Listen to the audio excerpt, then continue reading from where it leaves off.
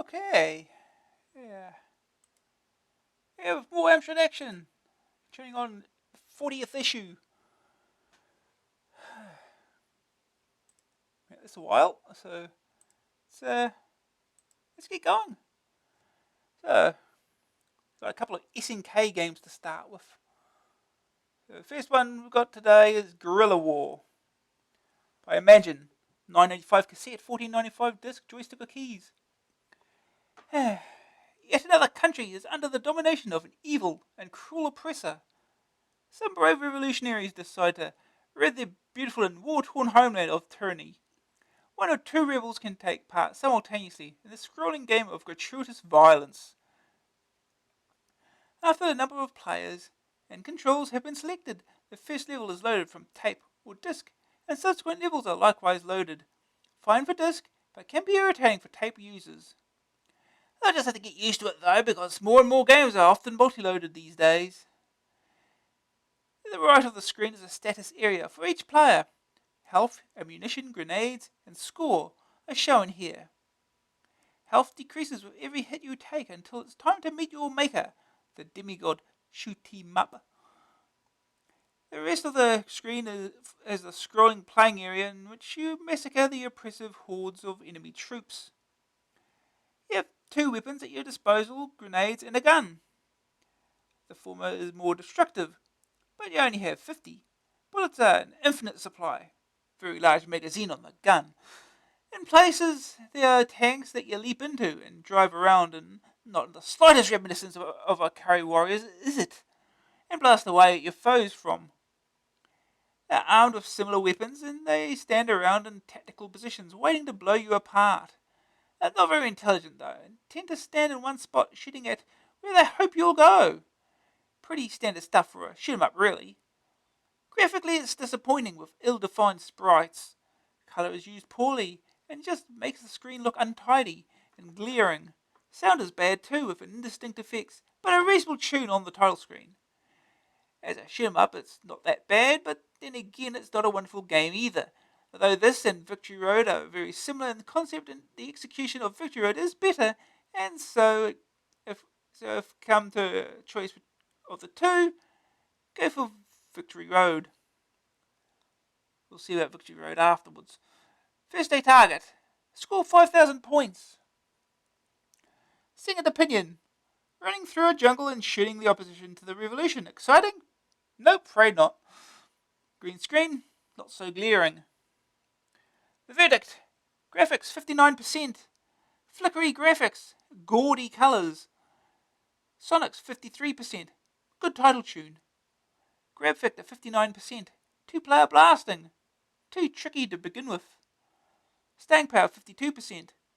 5 levels plus an end of level enemy. Blast, blast, blast. AA rating 54%. A poor person's are Curry Warriors.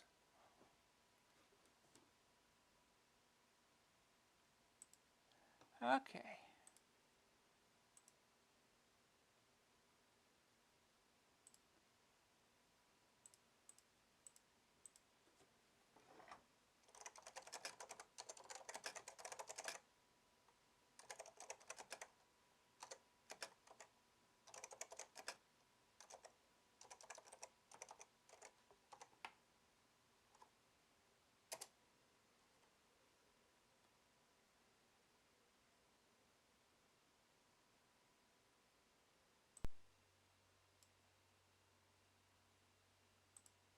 Right.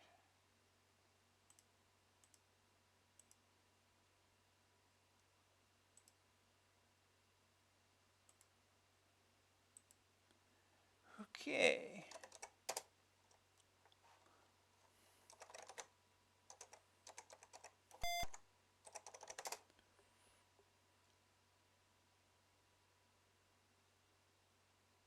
Here's a nice spelled it with Gorilla with 2 R's, because that's what it does there. Guerrilla War.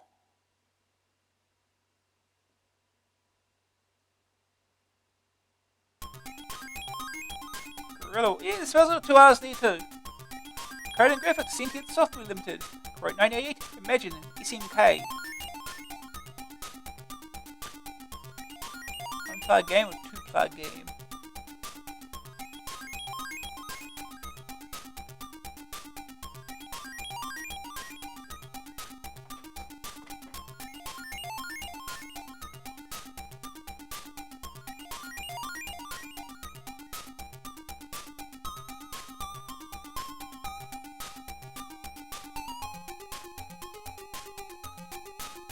The music slows down at times. It's just me. It's a static screen. What are you gonna do?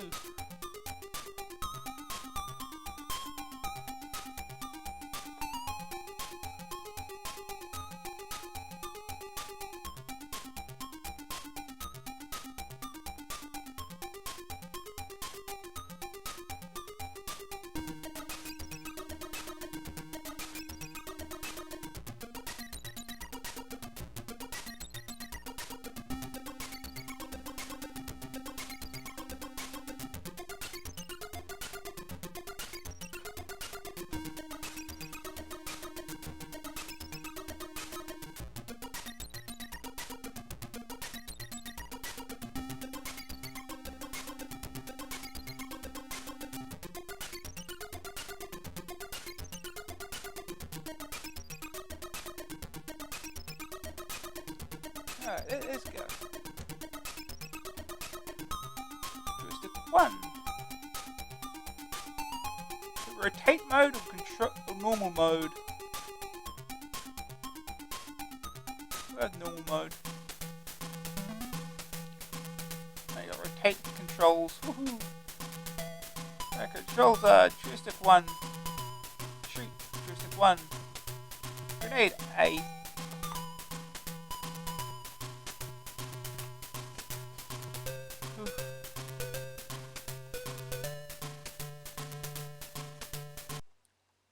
A is grenade. That's not handy. I've got to load this though. Okay, here we go.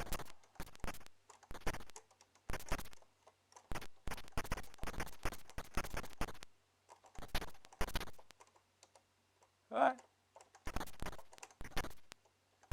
Oh. Yeah, just pop out of nowhere.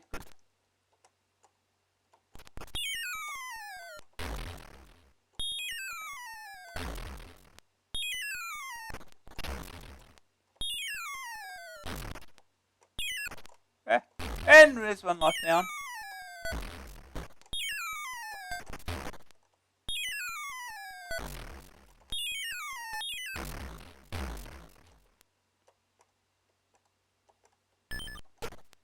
Oh, there goes another one.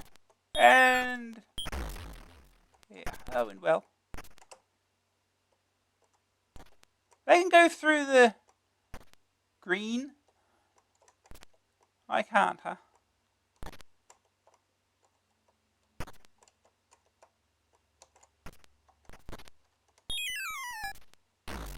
Okay, that worked.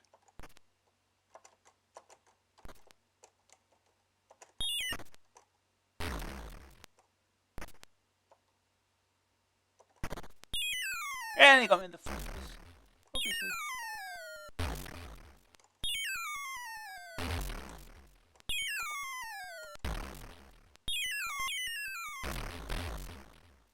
Okay, we got a tank at least.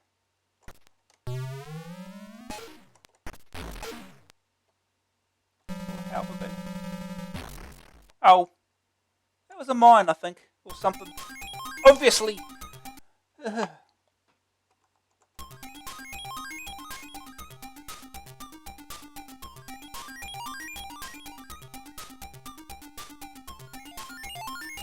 Yeah, I don't expect the enemies to be much dumber here. Yeah, rotate mode works. Yes, indeed. Have rotate controls. No option to redefine. You might have keyboard, maybe. I don't know.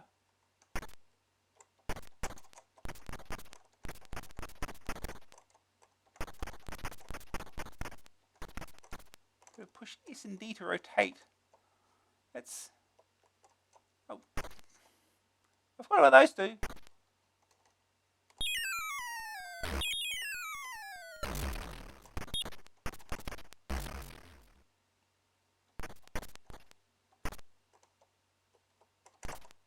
A guy just.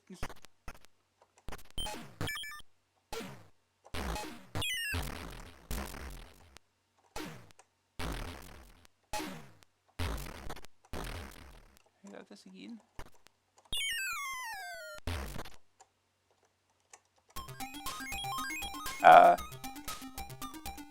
What did I just hit?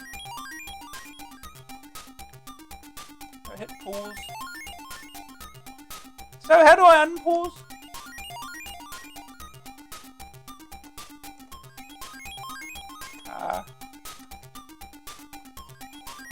Good. Well.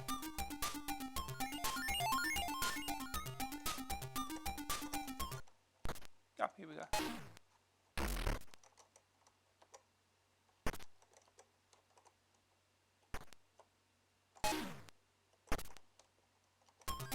Oh. If it's pause, if it's pause, G is unpause. I gotta figure these controls out a little bit better. Oops.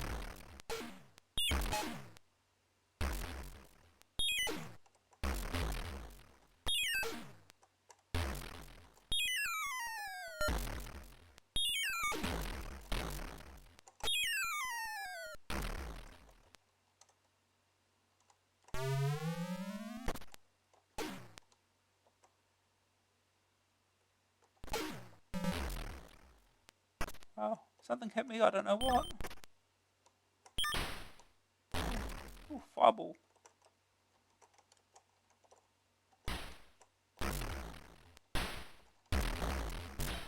Wrong button.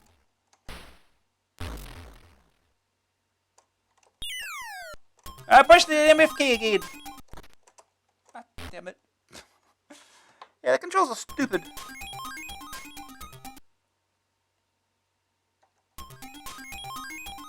Maybe we need to find the keys using the keyboard. 3. Rotate. It would appear not. W-D-I-O.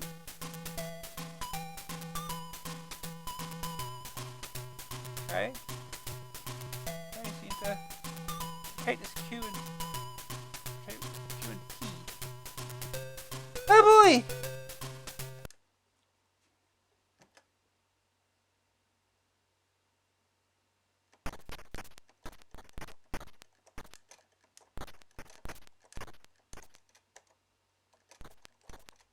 Up.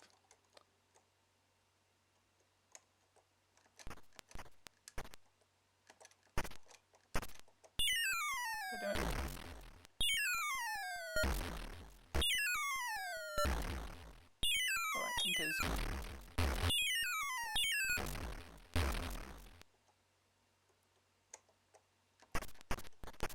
Oh, I shut the...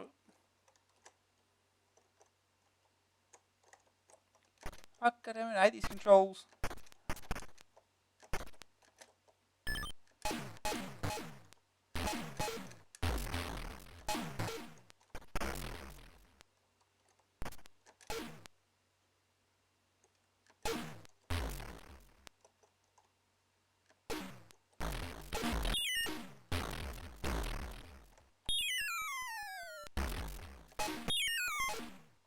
Down.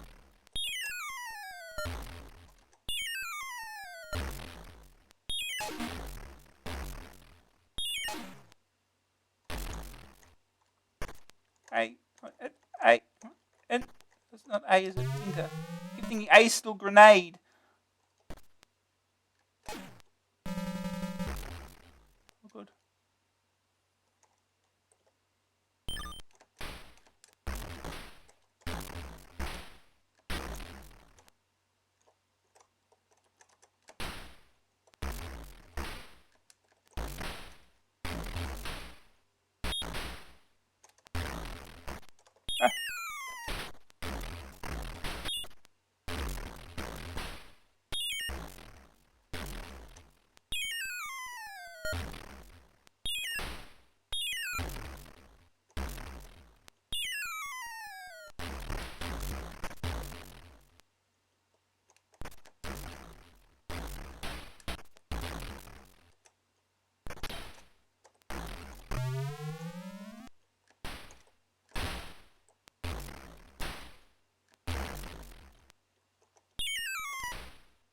Down.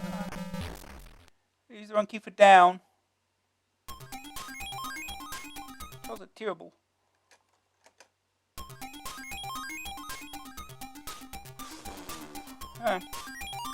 One more go.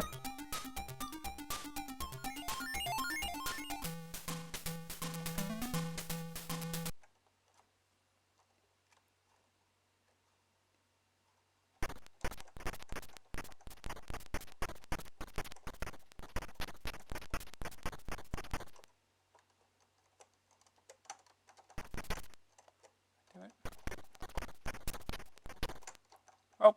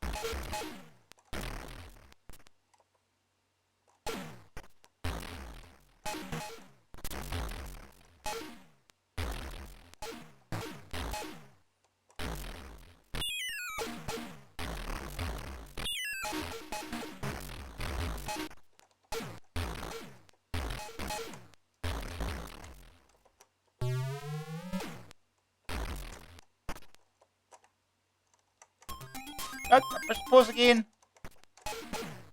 Oh, don't shoot the hostage. Oh.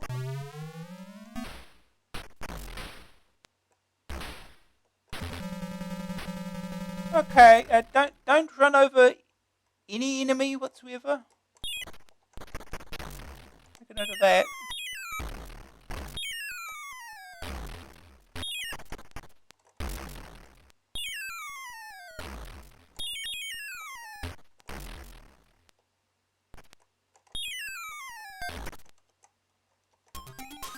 Push it again. Stop it.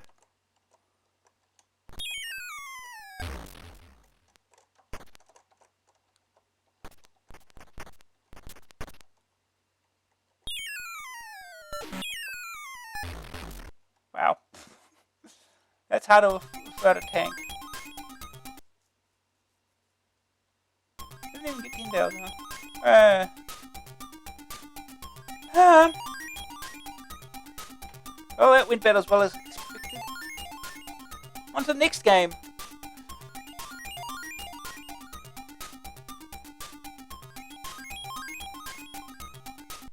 Next game is Victory Road. Also by Imagine. 995 cassette, 1495 disc. Joystick or keys. A simultaneous two-player action in a vertically scrolling screen packed with nasties, waiting to kill or be killed. This looks like a Curry Warriors. There are a few extras thrown in for good measure. The playing area is in the centre of the screen and this scrolls downwards. On either side of the playing area is a score panel and the number of lives left for each player. You begin the game with 6 lives. Your objective is to kill as many aliens as possible and generally blast your way to the top of the high score table. A truly original concept for a game is very rare, and this isn't one of them. You're armed with a gun, you've taken your shirt off because you're hard, and you're in mean mood. Monsters beware. Each level is several screens high and there's a mixture of open terrain and obstacles that get in your way. Some obstacles can be blasted out of the way, but others are so stubborn that they just sit there and look undamaged. There are also some other objects that can be collected to enhance your firepower. Some obstacles can only be destroyed with a more potent weapon than the standard gun. Friendly neighbourhood foes come in several flavours. Vampires, little green things, floating heads, spiders, and more. They're tough little critters though, and they take a single hit to blast, except for the heads which linger and lurk, doing their best to stay in one place. You have as much resistance to them as they do to you. One hit loses your life, run out of lives, and it's game over. That's about it as far as gameplay goes. You walk around killing bad guys, or you can walk with a friend and kill them together.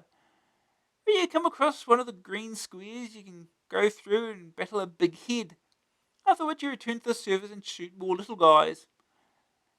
The scrolling is smooth and the graphics colourful with a little lacking in detail.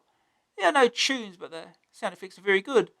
Even if Akari Warriors is considerably older, it has the edge. But that doesn't mean that Victory Road should be completely ignored. Have a look at the two and then make your choice if you want a gratuitous shoot-em-up for Christmas. Both are very good games. First day target, 20,000 points. I don't think they know that this is a sequel to Akari Warriors. Second opinion. Now if you've got to have Akari Warriors clones, make them like this. Terrific. The screen in green. Fine. Out for a stroll down Victory Road. The verdict, graphics 72%, smooth vertical scrolling, colourful sprites and backgrounds. Sonics 41%, good effects, pity there's no tunes. Grab factor 78%, 1 or 2 player game. Heads are tricky to deal with initially. Staying power 69%, loads of aliens to deal with. Repetition will get to you eventually. A rating 74%, not mind-blowingly original, but plenty of fun to be had in slaying things. Huh?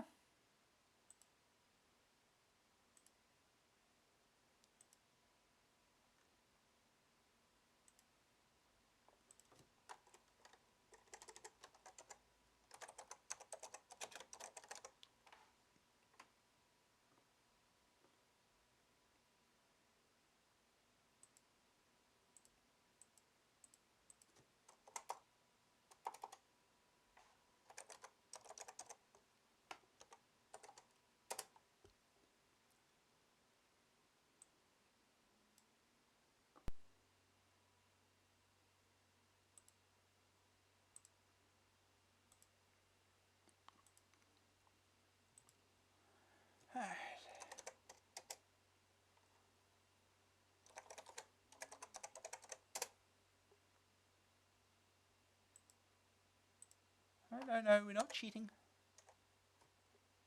The pathway to fear. Victory Road.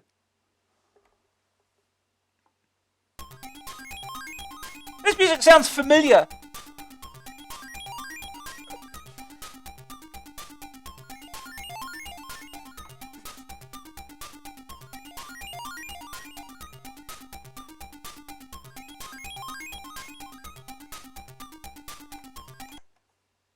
Right. The cheetah rotational joystick. We can actually use that. So that's what we'll do. Here we go. See? Do that. I should forget its inputs.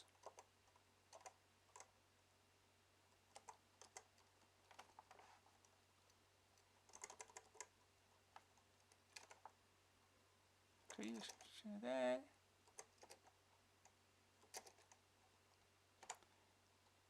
So 4.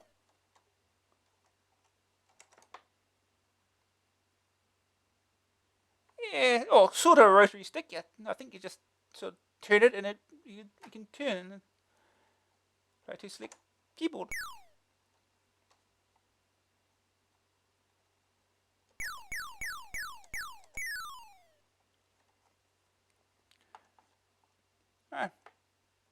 Victory Road Corporation, SNK Corporation, and Imagine Software, 1988. Written by Paradise Software.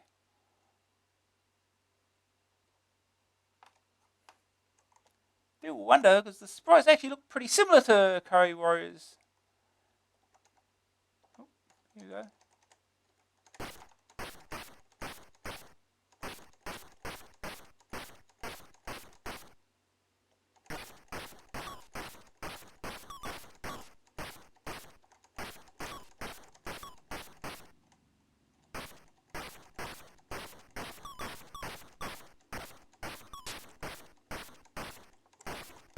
Well, these are spiders.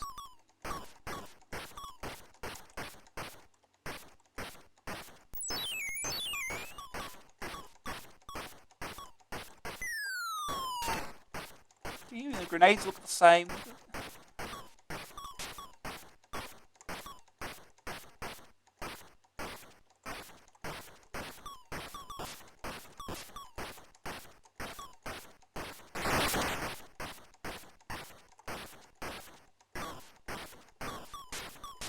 already a lot more playable than Guerrilla War was.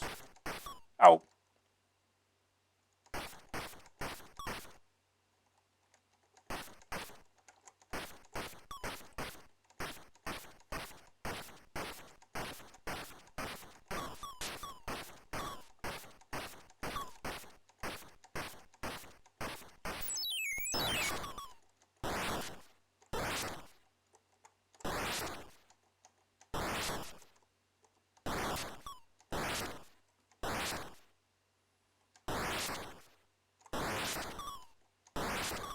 Where's that? Vampires! Oh, careful.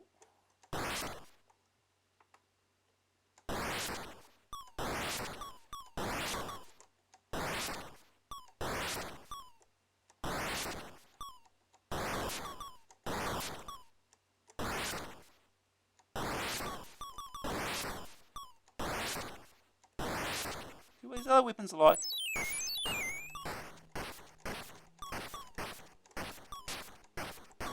That seems more worse. Ooh. Reed grenade.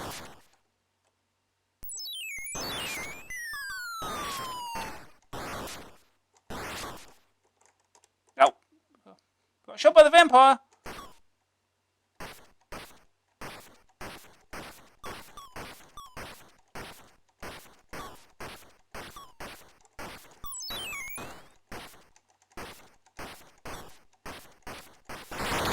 Oh.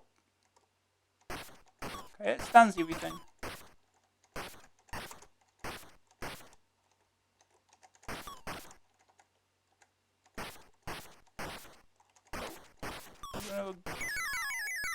Wings.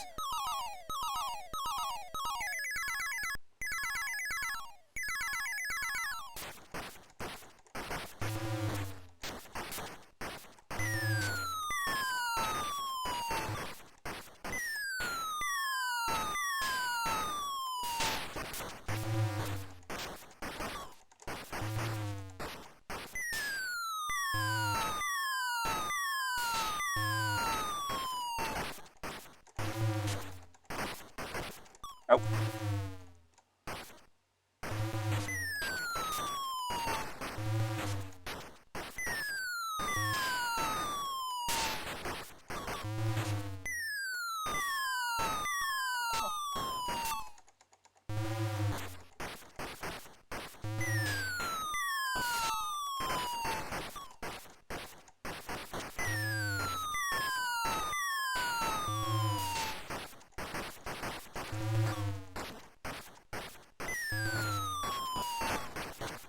I swear it will die eventually.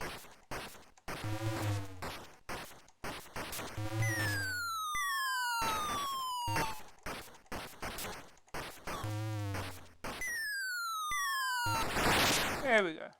Ooh, got a thing. Alright, off we go.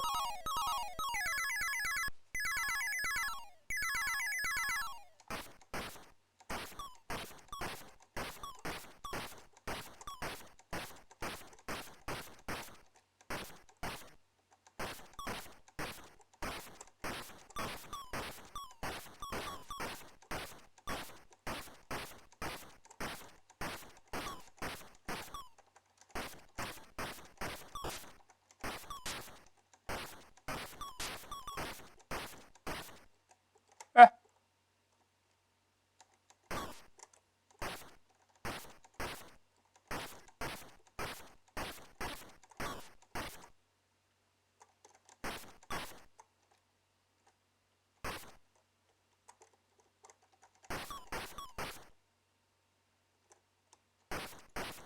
Oh. Grenades again. Oh, never mind. Game over. Oof.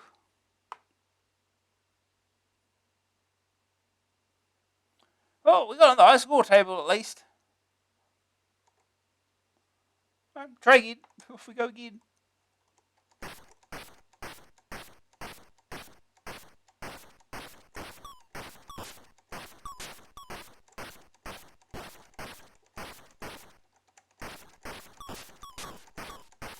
Plus the firing rate would be nice.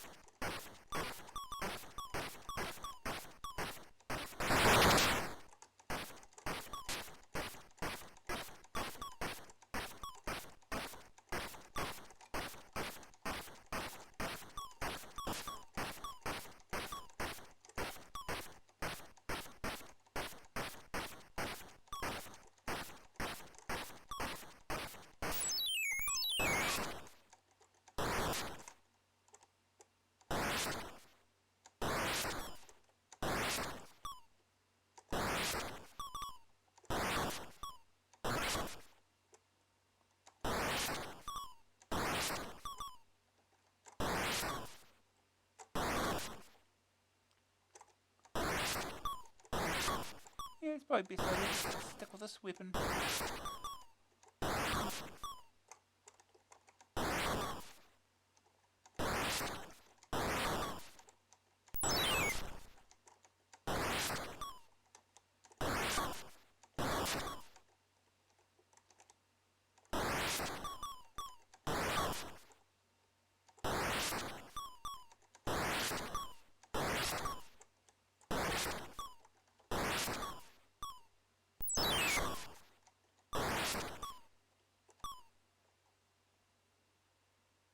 I had a shield.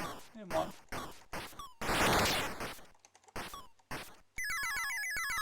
Oh, off we go.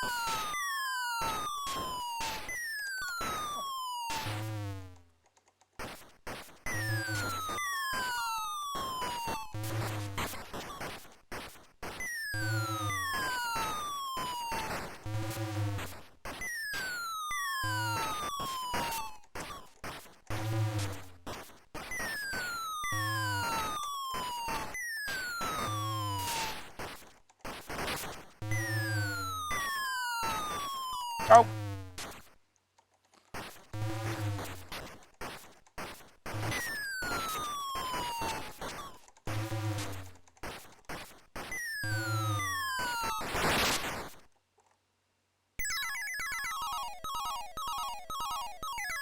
Alright.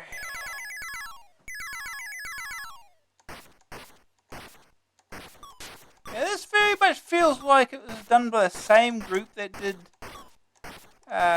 Akari Warriors in the first place. I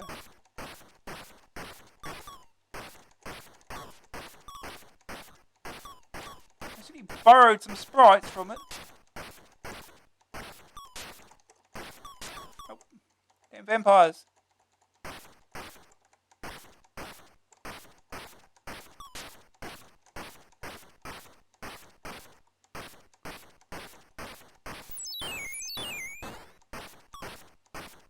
Avoid one. How about that?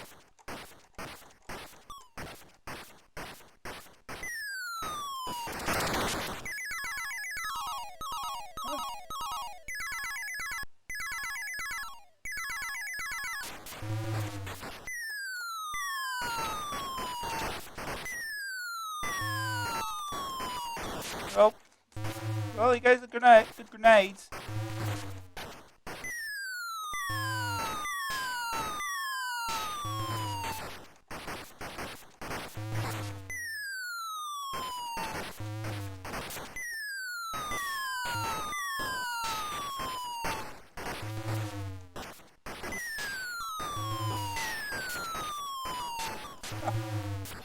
Oh, there goes the other one.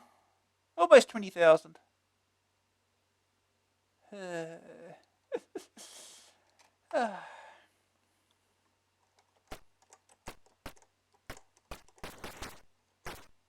Oh, you can type in stuff.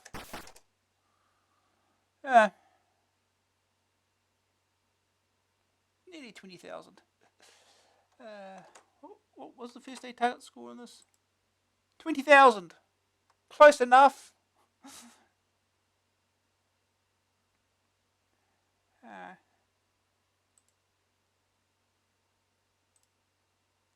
First day target score was 20,000.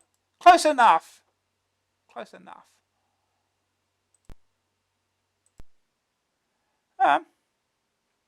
Move on to the next game, which is, oh boy, Gary Lineker's Super Skills by Gremlin, $9.99 cassette, $14.99 disc, joystick keys. The likeable and once prolific Leicester lad's first foray into computer world was Gary Lineker's Superstar Soccer, issue 29, 66%. My, how things have changed. Now, while our gazzers out there at Barcelona striving to get onto the score sheet and occasionally meeting up with Robbo and the lads to get another hard-earned goalless draw against some soccer non-entity. Gremlin released a second. The emphasis has shifted from tactical and arcade-like action to a waggling game that trains a budding electronic footballer. Oh yay. From 1 to 4 players can take part, and there are 2 major sections to the game: in the gym and field work. The gym section has 4 events: press-ups, squat thrusts, weightlifting, and monkey bars. Field work consists of dribbling, chipping, shooting, penalties, and ball juggling. In each event, you have a certain amount of time in which to complete it, and there's also a maximum time limit, by the end of which you must have completed all the training. A timer on screen shows you how much time you have left to complete the event and the game. All the gym events are pure waggle. Oh boy. With subtle differences between the events. By subtle, I mean the direction that the joystick is being moved changes from horizontal to diagonal to vertical. Sophisticated stuff! Once you've gone through the gym, it's time to go out onto the pitch and kick some ball. Dribbling, chipping, and shooting are all very similar in play. Just a matter of running around with the ball and kicking it occasionally. A sighter is used to decide whether the ball's supposed to go, and then you give a good kicking. Finally, there's ball juggling, in which you press the appropriate numeric key to get that ball bouncing. Graphics are bright, but not colourful, with good animation. Sound is decent enough, if a little simplistic. A nice tune, and it's somewhat reminiscent of Deflector, plays on the title screen, but there are no tunes in the game itself. Gary Lineker's Superstar Soccer mixed the strategy and arcade elements together well, but Super Skills lacks the essential ingredient to make it stand out. Some of the gym events are a bit too tricky. They seem impossible, and you just sit there waggling to no avail. It would have been much better to introduce the player gradually to the game, rather than throw him in a deep end and immediately. First day target, 1,000 points. Oh boy, this is going to be fun times. Second opinion, this gym joystick waggling business requires a high boredom threshold I don't possess, and the point never seems very clear. Still, there must be enough people out there who love nothing better than a good waggle. But why? On the green pitch. Duller, but playable. The verdict, graphics 71%, well animated and no flicker. Only a handful of colours, excluding thumb. Sonics 61%, brilliant title tune. Grab factor 67%. Once you start doing badly, things get even worse. Staying power 62%, plenty of events to play through. Tedious after a while. AA rating 64%. The skills section of 4 soccer sims is better, and you get a soccer game too. Yeah. Would have thunk you expect a soccer game in these things? Okay.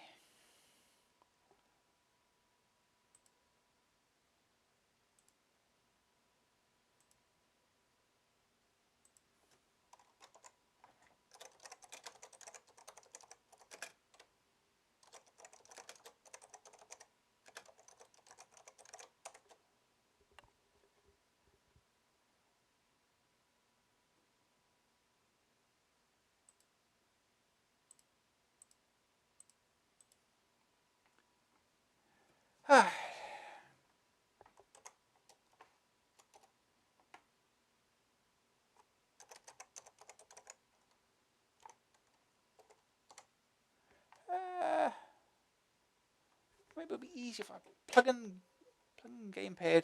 It's a little easier for waggling sometimes. Sometimes. Let's see what happens.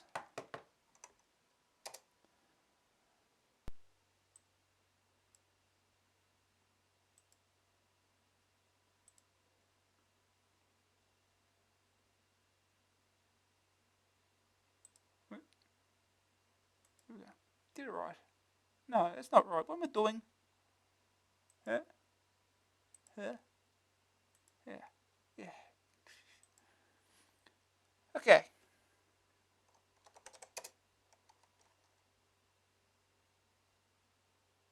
it's one of these.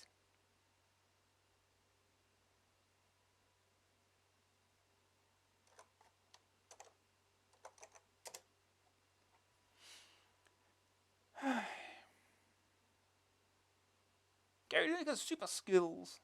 There he is. It's apparently what he looks like.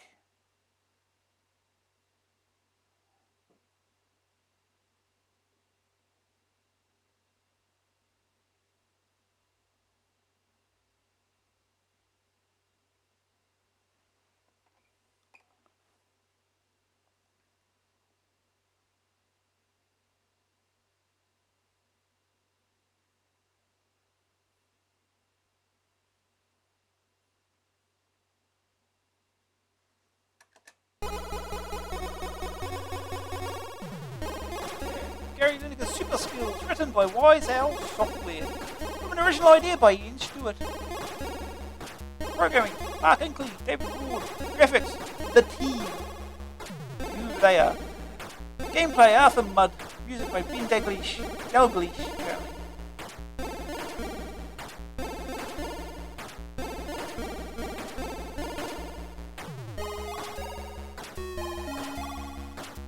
We've got scrolling greetings.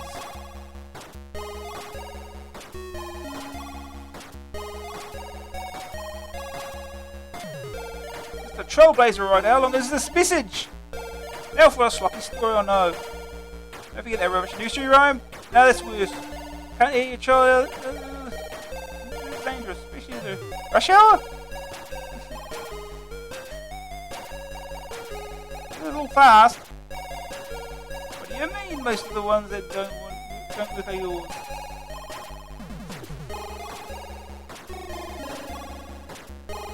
So there. Oh, you say that you're going to make me coffee? Sarcasm out. Well, I'm not, so there.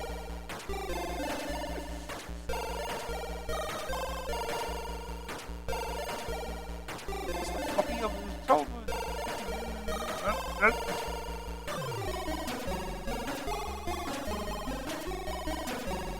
Mortal Worlds of Roger B. Hello, good evening, and yet now the message stops.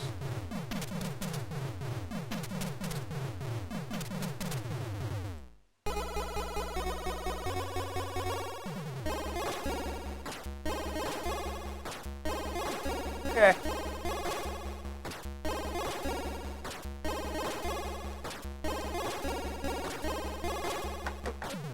Joysticks. Oh, there you go. Input selection joystick. Controls okay, yes. One player. And your name. Oh. No.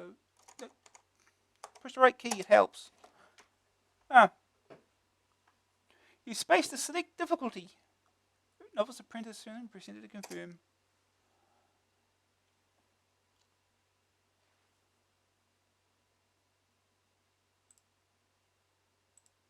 There's action to select. Oh, to start. Press ups.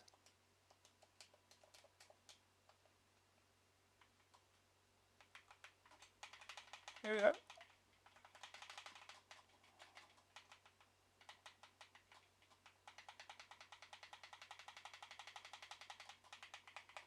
Oh.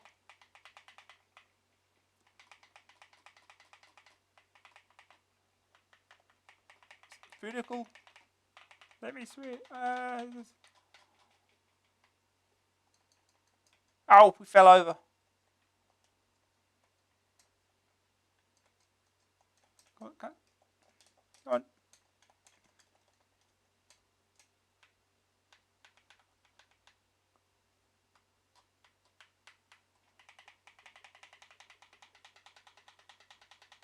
Okay, it's one.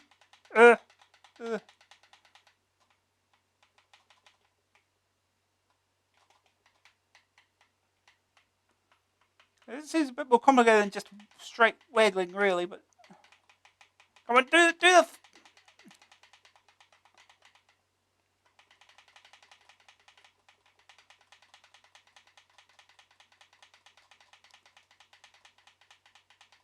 Come on.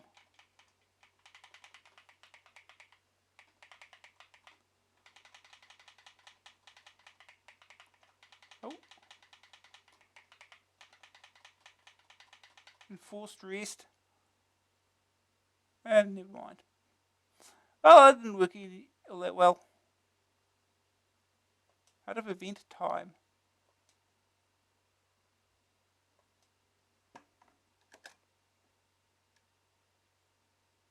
Press action to start press ups.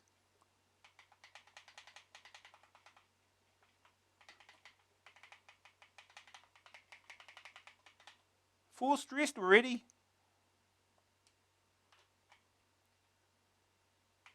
You can't do it too fast, otherwise that have you get enforced rest. Keep an eye on the energy.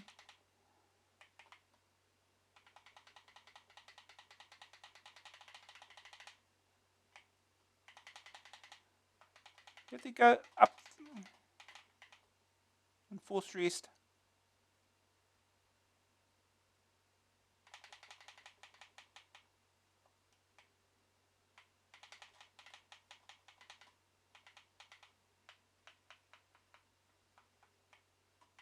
It doesn't go up any higher.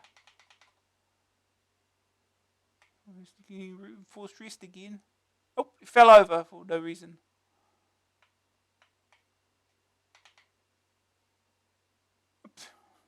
Stop falling over.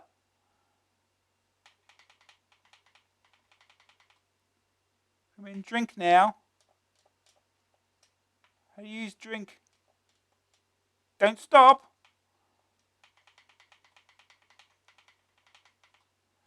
How do you do this? This is stupid.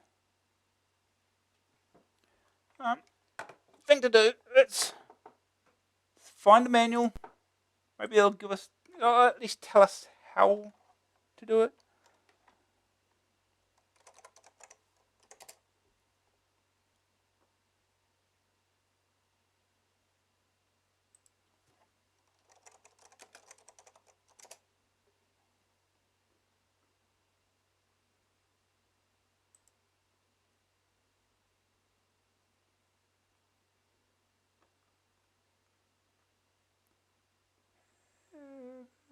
Right.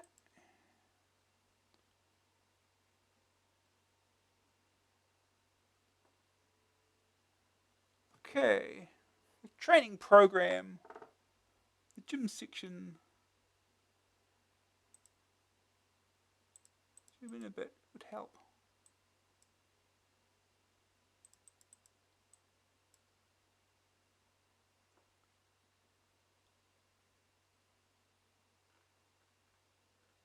Okay, in the gym, press ups.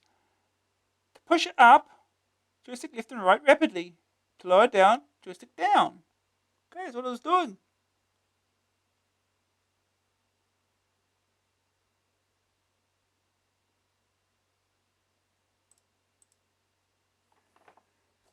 That's what I was doing.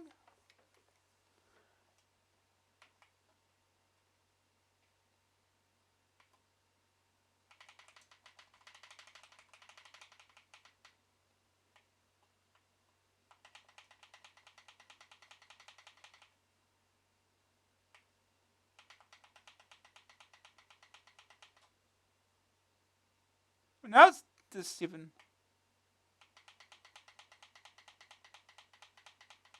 Full stress.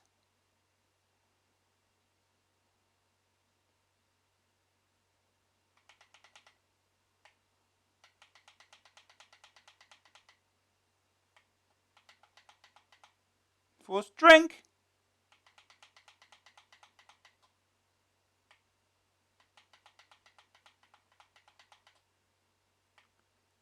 Why am I not getting more than one? Get one done, none more. Forced rest. In that position.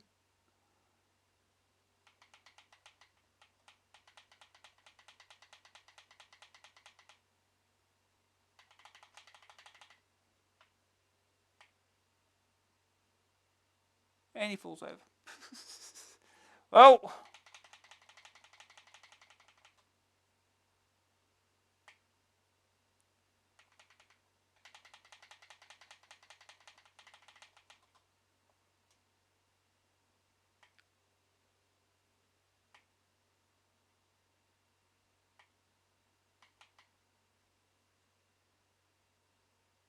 I didn't get it.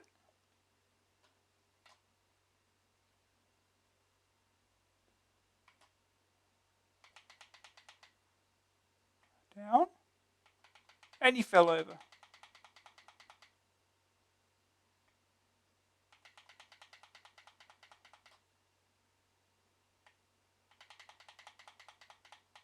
You're low on energy. It sort of runs out, it gets high very quickly, doesn't it? Does not say how to get a drink.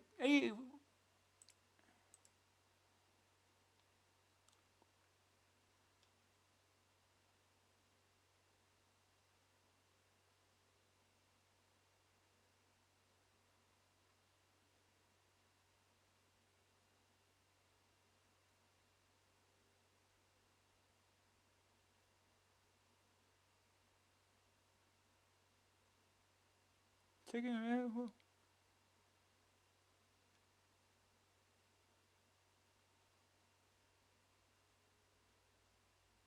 take a rest is D for drink. That seems to be the field work though.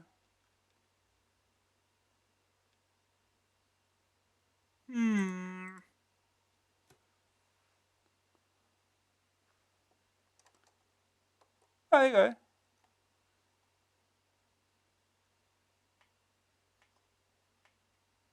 I see. Okay. Try again.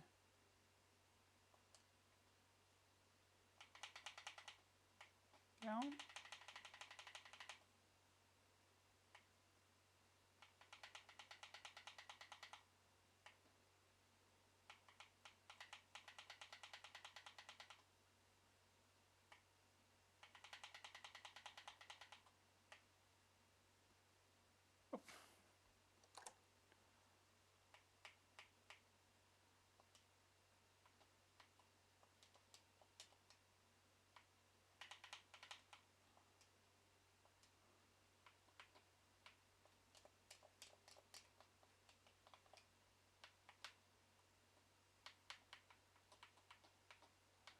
Action button. Is action not actually mapped? Oh, I've still got hold on. I see what is going on here.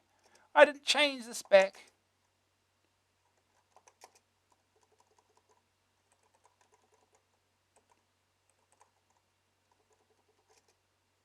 What do we want?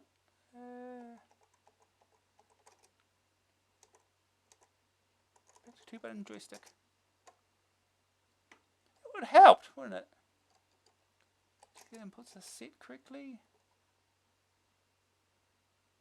Yes. There we go. Alright, try that again.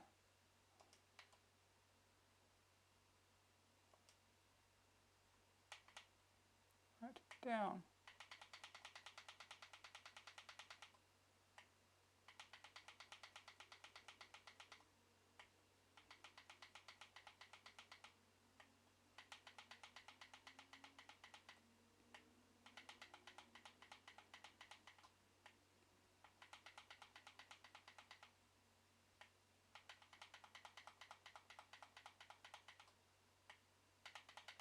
Why are we not getting any done? Don't fall over, you idiot.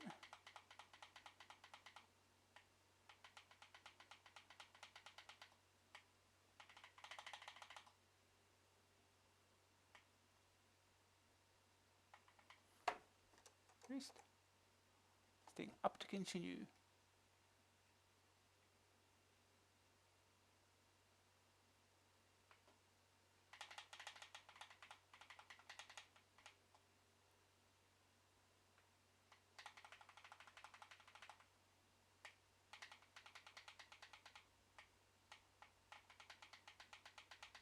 Well, you're looking tired.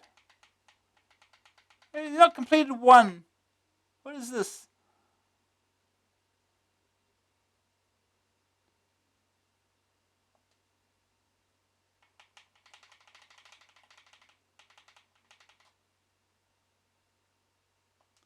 Okay. Down. Forced rest.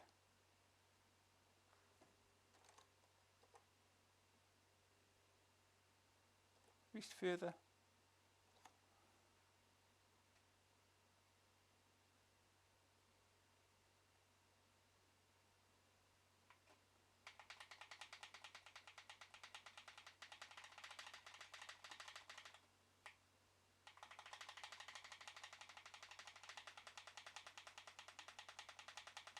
Well, it doesn't.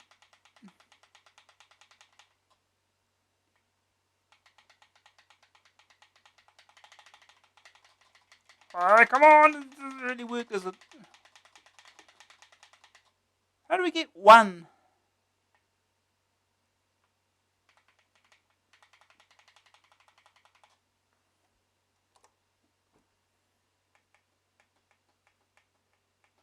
No drink left.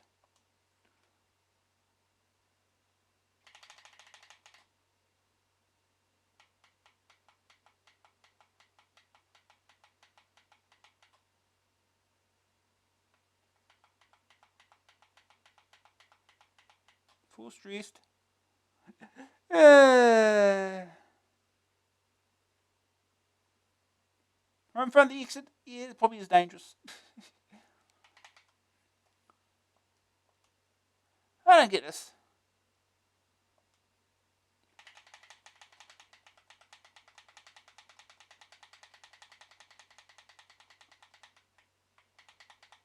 Come on. Oh, you're looking tired.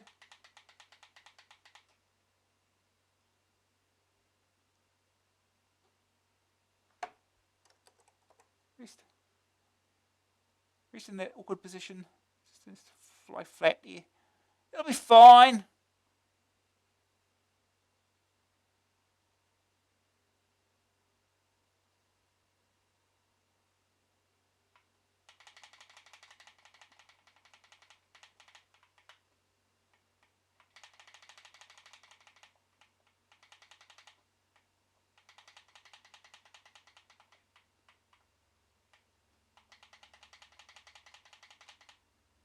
Not really.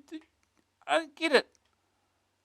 How do you get a press up successful? It's stupid.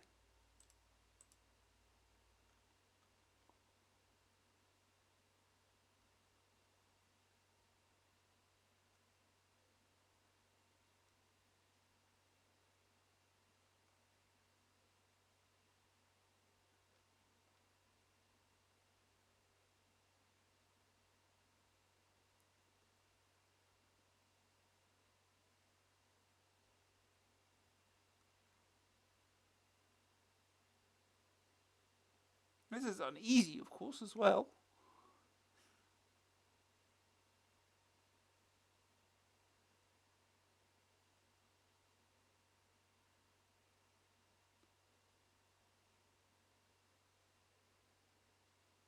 Each part of the gym section must be completed before you can attempt the next jump.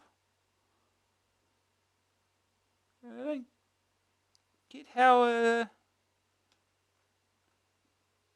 push up joystick left and right rapidly. That's all it says. One more try.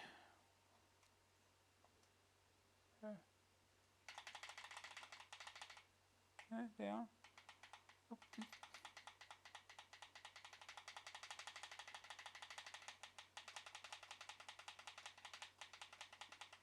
Oh no.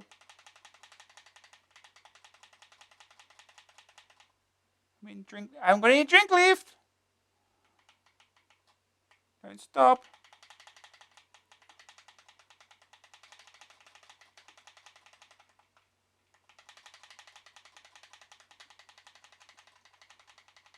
More energy. Keep it up.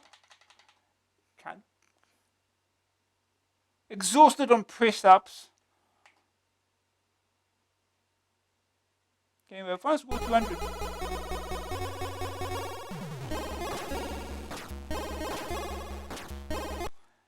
Yeah.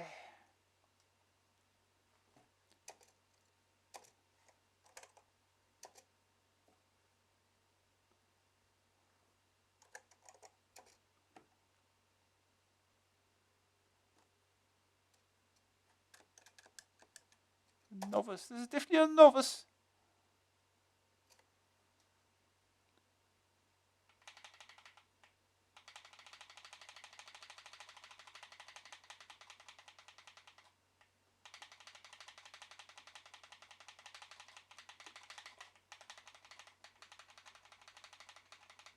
Oh, we got one.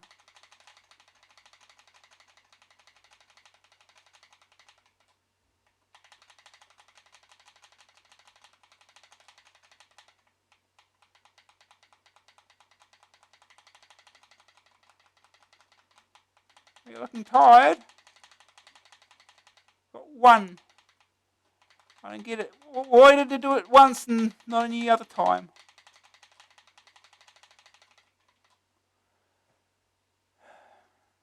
Just.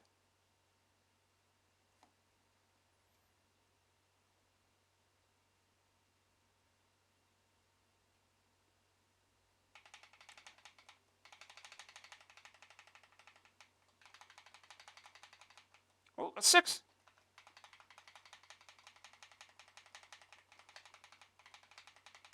5.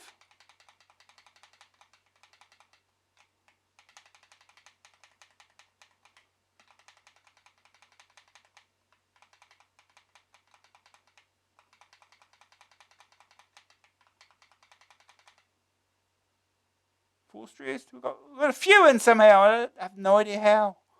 Why is it any different than any other time?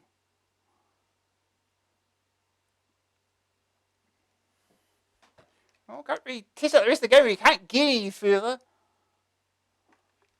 Anyway, we'll move on before we die of exhaustion.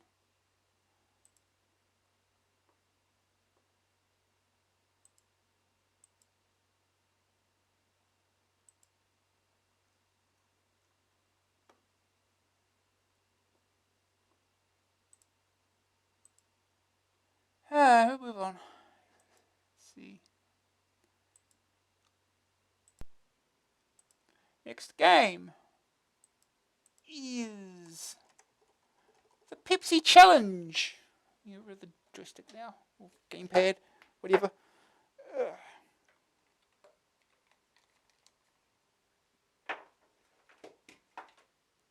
Alright. The Pepsi Challenge, US Gold, $9.95 cassette, $14.95 disc, joystick or keys. Take a can of the fizzy stuff, throw in a team of programmers, ask them to come up with a game, shake them all up, and what do you get? A sticky mess or a Pac-Man variant. You play a small blobby thing on legs that wanders around mazes eating pills and avoiding ghosties. Sound familiar? There are plenty of mazes to go through and some zap game bits to make it a little different / weirder. Most of the screen is taken up by the 4-way scrolling playing area and the score and lives panel. The playing area itself is very large for each level, covering the several screens. The zappy bits come in the form of special corridors in the mazes, and you can enter, and when inside, you change into a laser base and can blast any ghosts, Space Invaders style. They come too near. Pac-Man has power pills, and this has squares that change you into something else. Big, humpback things and little red guys are 2 of your forms. At the title screen, there's a brilliant little ditty, and there's also the occasional tunes within the game itself. Losing a life provides one. Sound effects are well done. The graphics are colourful and nicely animated, with some humorous sprites. Not the most original or difficult game, but it's pretty and should keep younger players busy and happy for many hours. Maybe a little overpriced, but still worth considering. First aid target, 30,000 points. Stop the ghosts in humpy form. Second opinion. Let's take issue with Gary on this one. I enjoyed it, and so will anyone who doesn't demand lots of catch-up and vigilante violence of their games. Recommended. Green screen. Tricky once in a while. Verdict. Graphics 73%. Bright and colourful with cute sprites. Smooth 4-way scrolling. Sonic 64%. Nice tunes and functional sound effects. Grab factor 67%. Simple to play. Ideal for younger readers. Perhaps a bit too easy though? Staying power 64%, plenty of mazes to go through. Lacking in sophistication. A rating 65%. Great fun and no blood, but vigilantes won't enjoy it. Okay.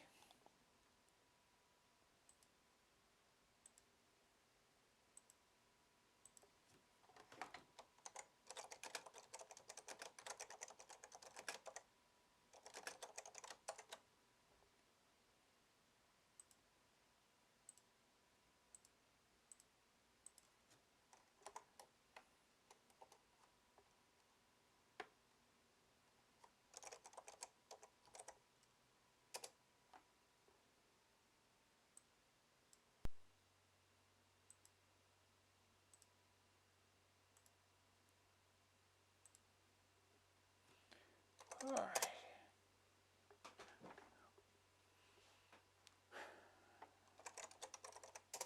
One disc.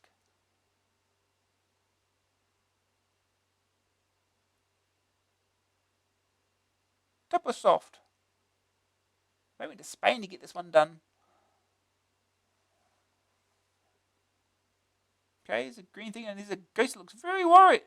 Both ghosts look very worried.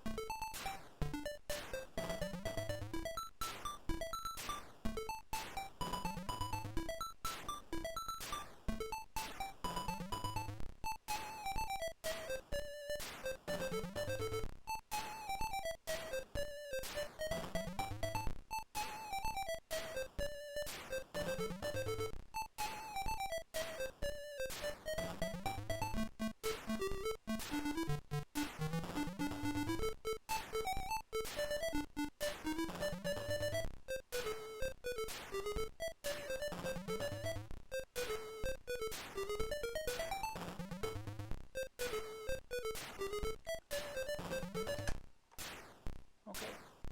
Wait for joystick. We need a demo. Do we need a demo? It's Pac-Man, isn't it?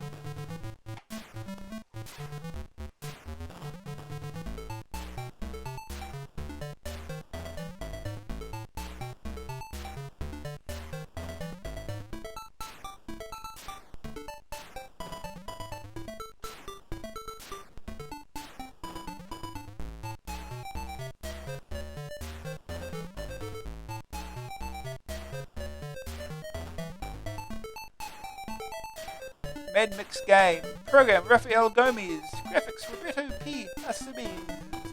Music Manolas. Toposoft 988.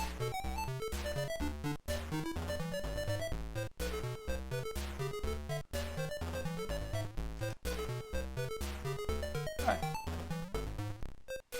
Let's go. Level 1. Ready? We've got Pac-Man with feet, I guess. Oh look, one-way plate things.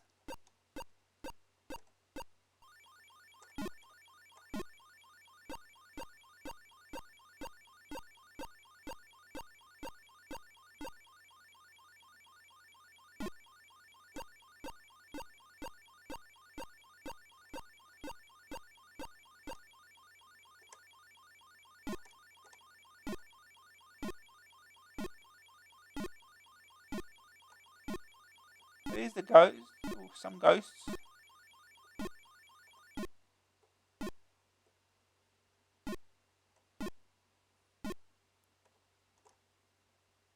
Alright, start eating.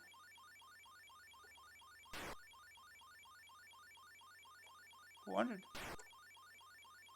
400, always 400. What does this do? Nothing.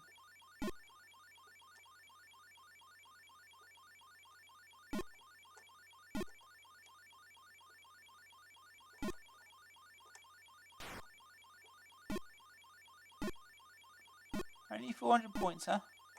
Doesn't increase or anything.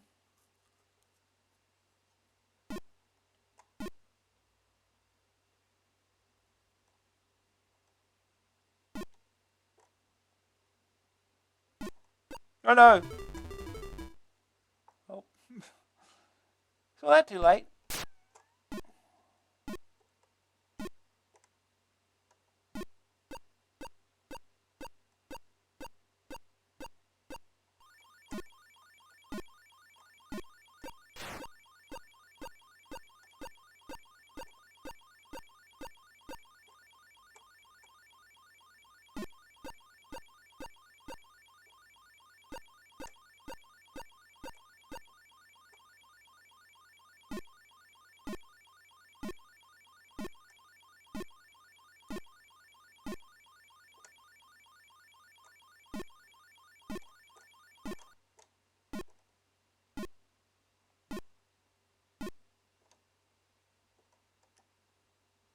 What is this?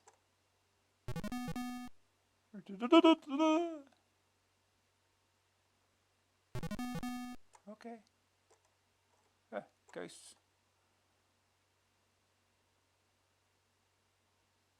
Okay, how am I going to avoid these? Okay, slide that in.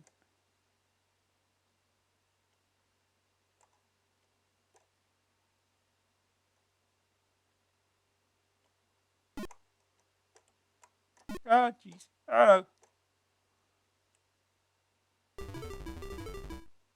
I will say the hitboxes seem at least generous.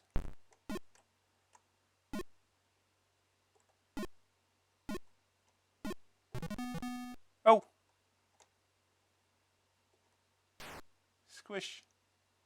Like a big hippo or something.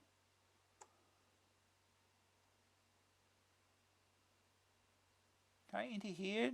No. I can't pick up any things either while in this form.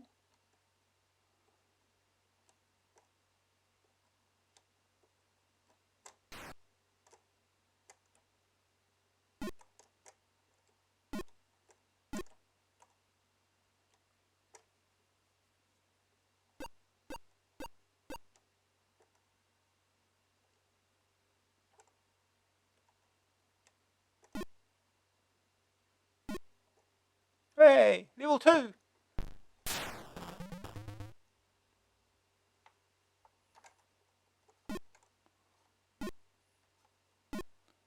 Smooth scrolling. I don't know if this is that smooth. It's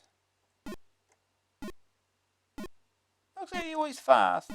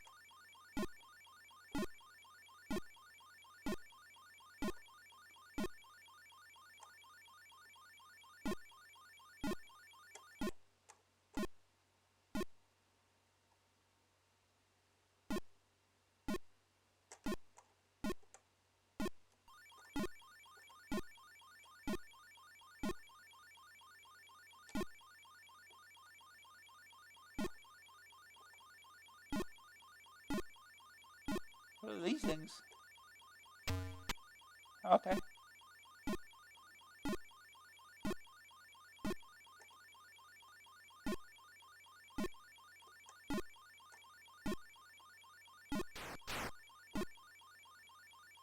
Can't go through that way.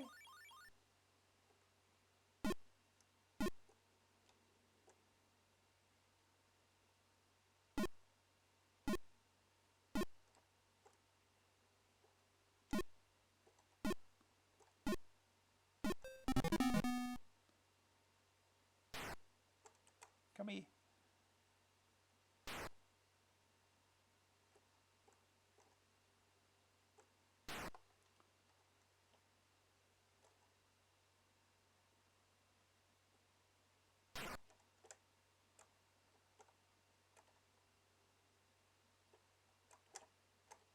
Get back here.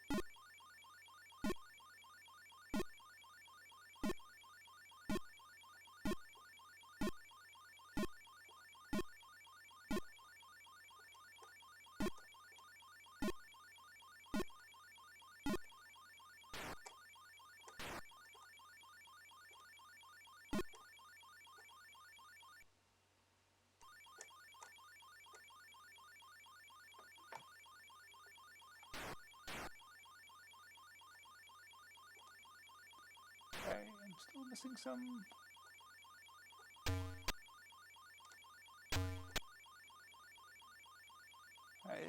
Some that way. I'll find a way there. That's all.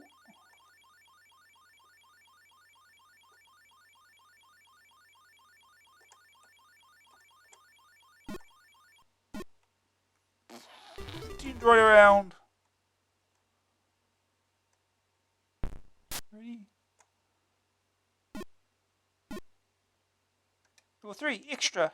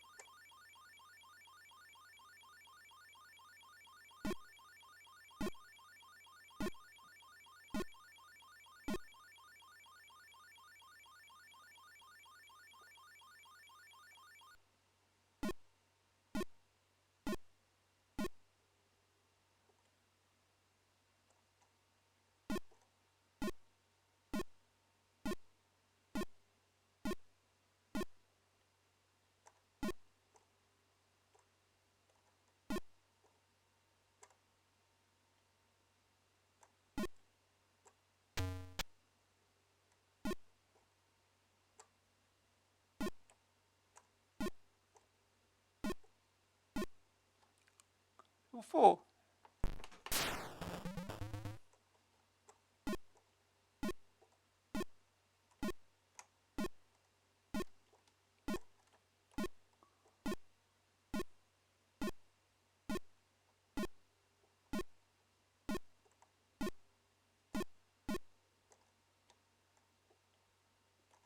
Ooh, what's this green thing?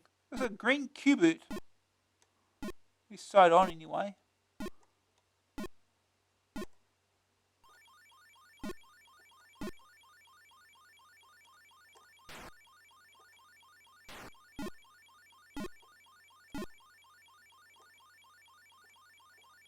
Can't kill it.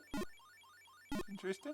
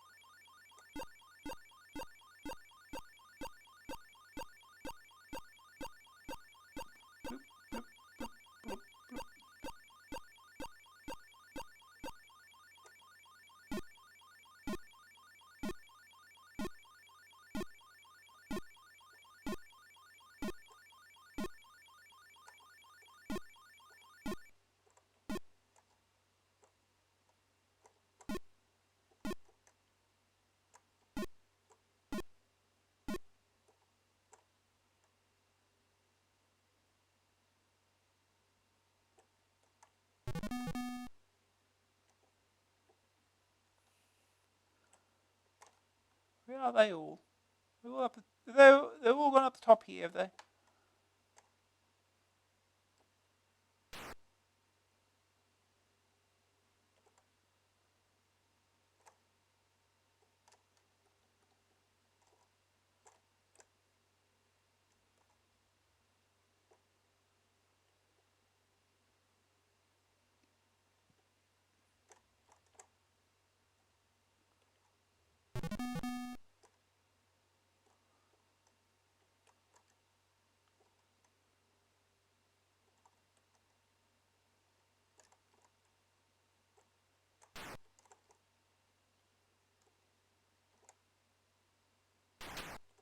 that kills it. Good.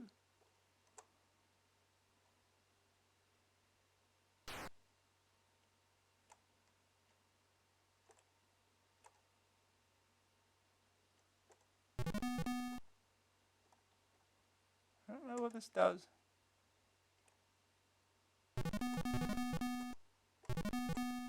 Okay.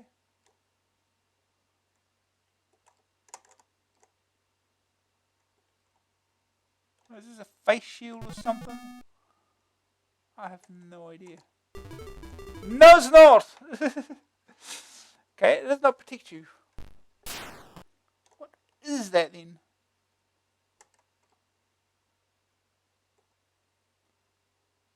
Oh. It stops you from picking things up? Huh. That's a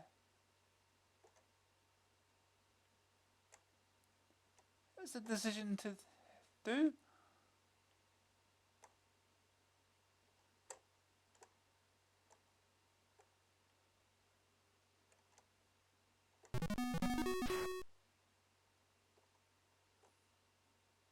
I don't know what the point of it is, but...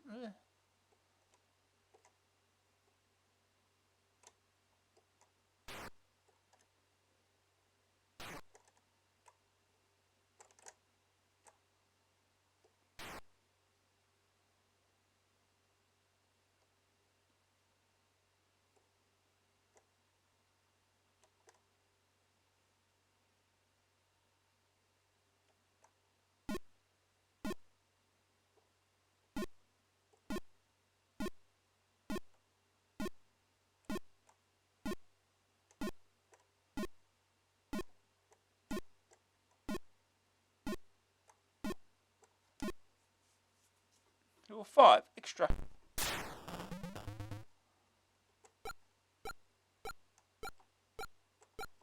Okay, what were you supposed to do? That's a little mean, that is.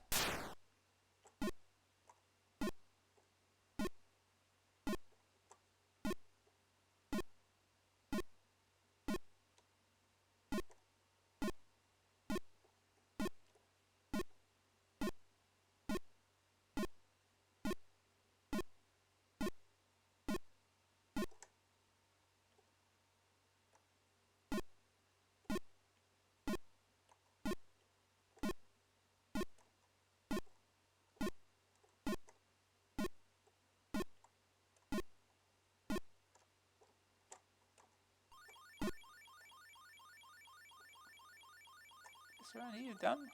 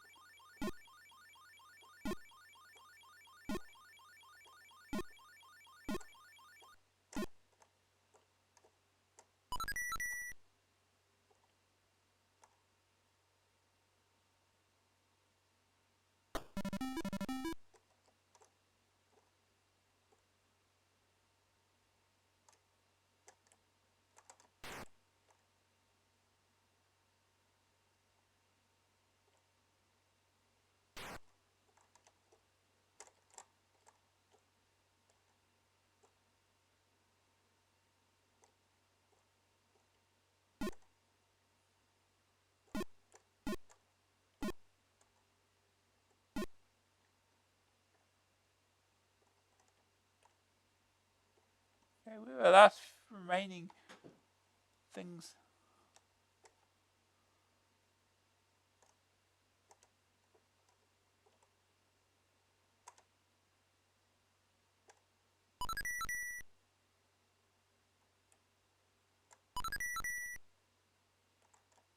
Oh, there's one.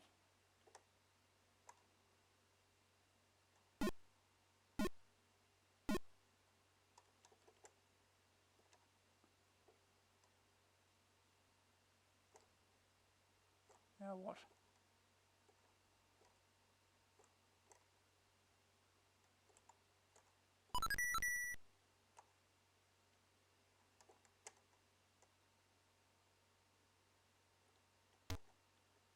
Okay. So you need this to clear these, huh?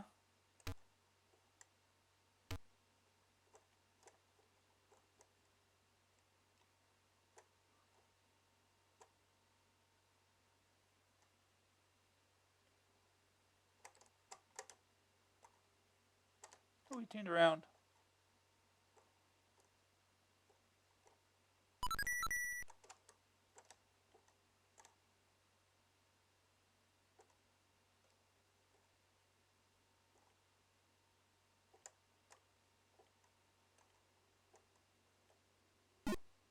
God damn it.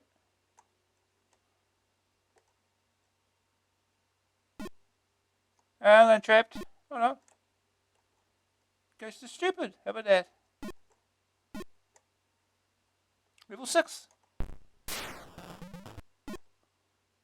We start right in front of there, huh? Let's see, let's park ourselves in front.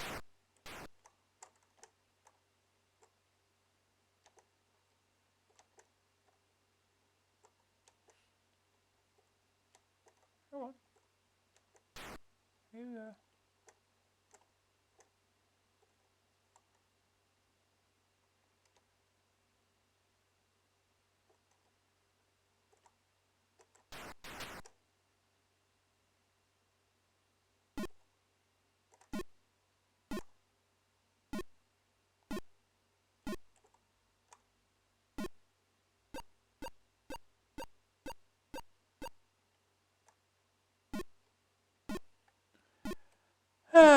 Yeah, this is not the most exciting game ever. Oh, wrong direction. How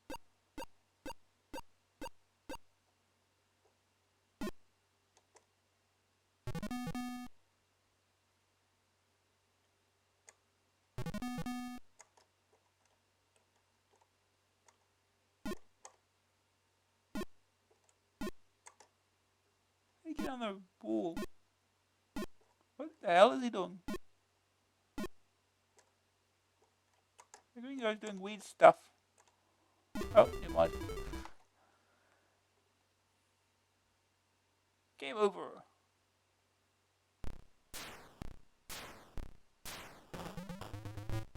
I'll move on.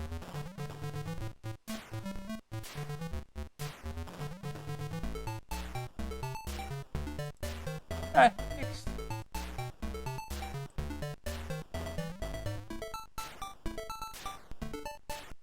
Next game is How to Be a Complete Bastard. Great, this is one we don't have to play because we've played it before. This is a budget re-release. Ricochet, yeah, How to Be a Complete Bastard. Ricochet, 199 cassette, joystick keys. Deep down, there's a part of most of us that just loves to be nasty to people. And being rude and obnoxious is one of the most common methods. If that sounds like your idea of a good time, or your idea of a great scenario for a CPC game, then you may get some satisfaction from playing this game. And if you're too shy to be nasty, ask them to put the game in a brown paper bag when you buy it, and then play it in secret. The story goes, Guer crashed a Tupperware party. Only joking, it's a guppy. Isn't that a fish? Yes, quite right. Sorry, it's a yuppie party. And you want the place to yourself. The only way to do that is by driving the guests away. And what better way than by being a total bar steward to them? Around the split view playing area are 4 monitors: the drunkometer, weeometer, fartometer, smellometer, and your score. No explanation of the meters is necessary, and indeed they give a good indication of the level of humour in the game, i.e. bottom level, pun intended. To know whether HTBACB is for you, try this simple test. Say these 4 meter names out loud. Did you laugh? If you did, then you'll love the game. If you didn't, congratulations, you're a member of the human race. You have at your disposal 3 essential items in infinite supply: curry, alcohol, and coffee. One helps build up your gas power, another gets you drunk, and the last sobers you up. All over the house are objects you can cause mischief with. They range from the humble hammer and meagre match to the sadistic superglue for the loo and cunningly concocted custard pie. Some things, itching powder for example, cause a guest to leave, but they come back after a while. Whereas the superglue is in the loo trick, not surprisingly, takes the guest out forever. What a way to go. When a guest leaves, one of the letters at the bottom of the screen lights up, and if all 16 are illuminated, then you've won the game. The room graphics are fairly dull and all look very similar, and the sprites themselves wander around badly and are poorly drawn. On the title screen is a good tune, but in the game you're likely to hear farting sounds. If you don't like yuppies, love to drink, enjoy making rude noises with various parts of your anatomy, and have £2 to spare, then you can do far worse than by this game. First I tell it, make 5 guests leave. Important warning. Remember kids, Adrian only gets away with swearing because he's a lovable rogue. Don't imitate him. Swearing at home could seriously damage your pocket money. History lesson. About 400 years ago there was a TV series called The Young Ones. They made jokes about bottoms and everyone said they were alternative. Now the actors have grown up and married and that, but their youthful excesses return to haunt them. Such as when a software house re-releases a game you foolishly got involved with all that time ago. I wonder what Jennifer thinks about it. Oh, what a giveaway for our competition. Oh. One more thing. The Young Ones was extremely funny. Green screen? Fine. What an evening with Adrian Edmondson. Second prize, 2 evenings. Ricochet, who are re-releasing their game based on the book by A. D. Edmondson, How to Be a Rather Unpleasant Person, Stephen let me use the word bastard, are full of Christmas spirit. Find they have 25 copies of the game and the book they want to offload on you, are legitimate readers. All you have to do is answer the 4 following simple questions. 1. What sort of party is A trying to wreck? A. Yuppie. B. Guppy. C. Tupperware. 2. A.D. Edmondson also starred in the TV series The Young Ones. What was his name in the series? A. Jane. B. Tara. C. Vivian. 3. Who is A.D. Edmondson married to? A. The Queen. B. Jennifer Saunders. C. Pat McDonald. 4. How many issue 35s of AA have there been? Okay, anyone can make a mistake, Ed. But what about the 2 Septembers as well? Not the Ed. A. None. B. 2. C. Too many. Oh. Send your name and address on a postcard or the back of an envelope to Slightly Naughty Competition. Amstrad Action. Closing date is January 10th, 1989. The first 25 entries with anything written on them, which we pull out of the turkey's rib cage, receives a copy of the game and the book. Alright, tasteless jokes. Vom graphics, 49%. Dull and boring rooms. Badly animated sprites. Farting Sonics, 42%. It farts. Puke factor, 67%. Unsuitable for those of a delicate disposition. Being obnoxious is fun for several games. Smelling power, 53%. Wears a bit thin, though, after a while. Driving all the guests away is no simple matter. AA rating, 72%. Juvenile humour, but great fun for £2. Yeah, as I said, before you played this before, when it was the full price version was reviewed, I think it got similar rating. I think I forget. was issue 26. Anyway, we can go straight on to the next one because we've played it before.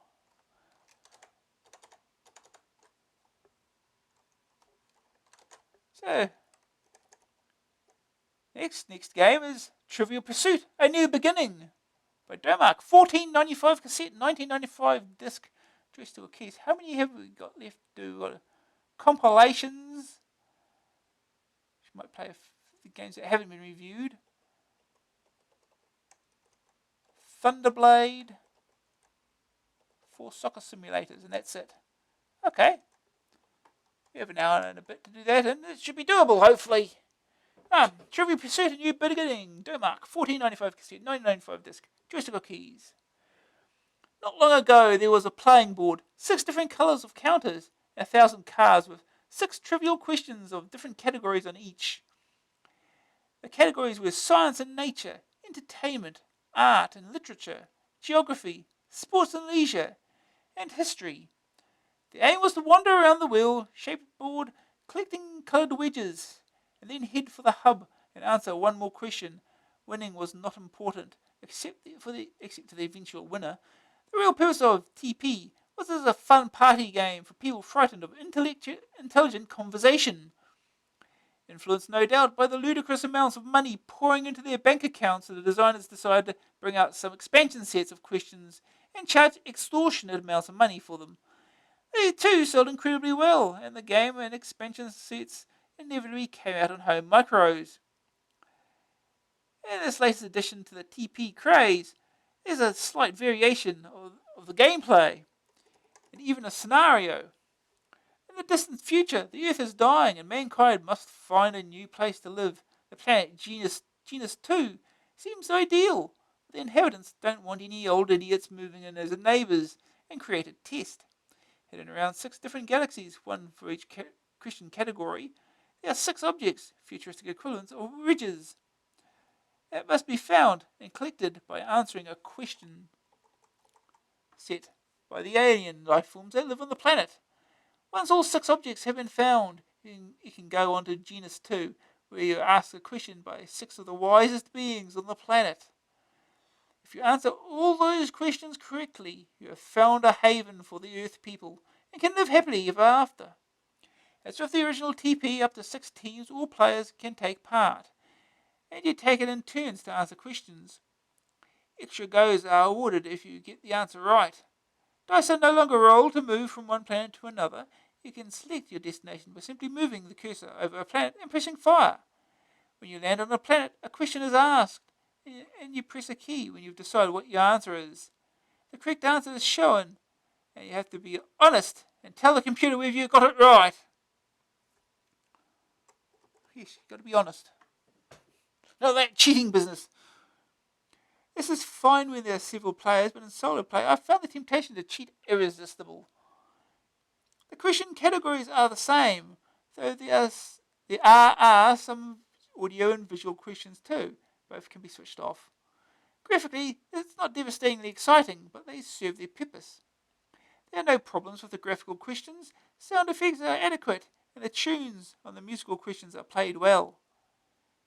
Trivial Pursuit is a game you come back to occasionally, and as long as you don't have a perfect memory for trivia, details of 3,000 questions keep you going a long time.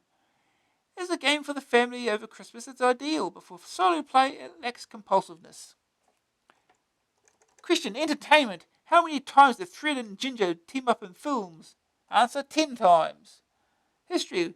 What King George died in 1830? 4. Sport and leisure. Over what distance did Carl and Ben battle for 500,000 in Zurich? 100 metres. Art and literature. What colour is Jack Sprat's cat? Black.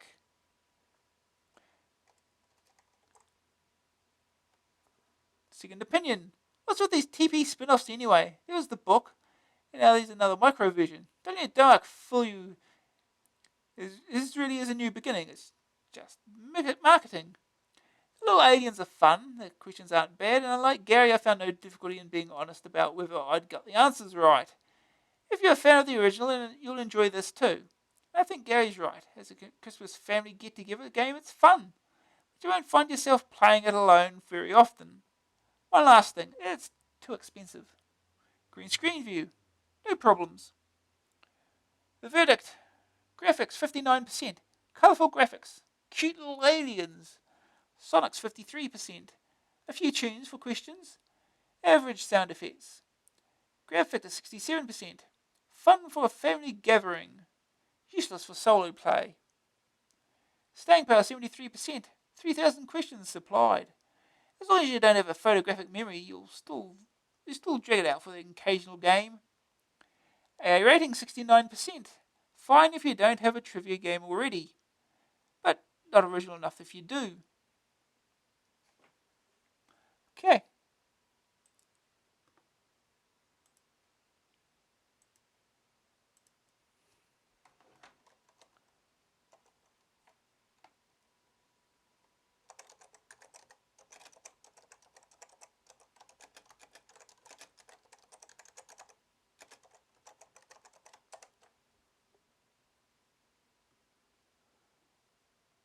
Okay.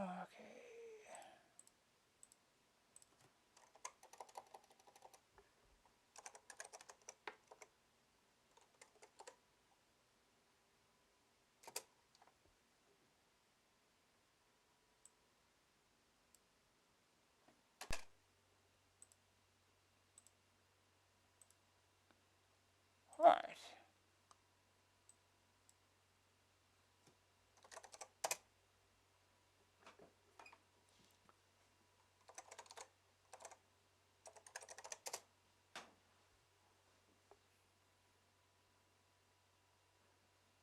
It was correct version. Oh. True pursuit, a new beginning. Insert disc questions. Is this in French?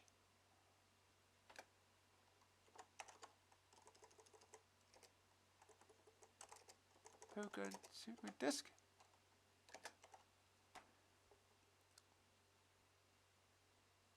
It's in French, I'm sure. Oh, no, I did see the one was. The questions are in English.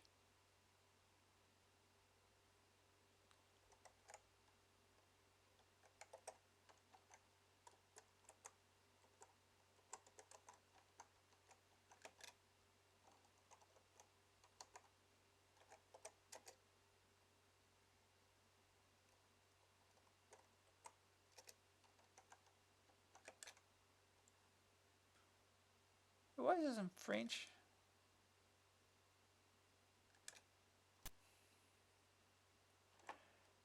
I had a.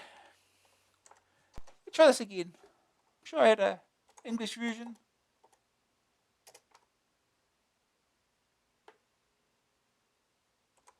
Okay.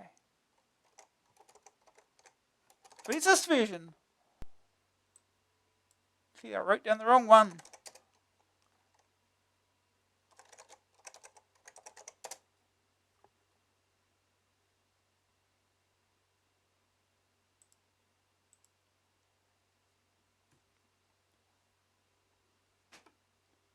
Load from disk, insert question disk and press any key.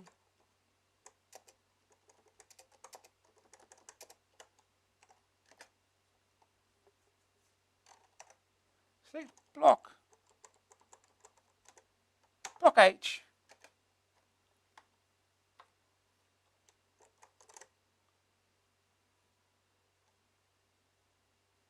Names.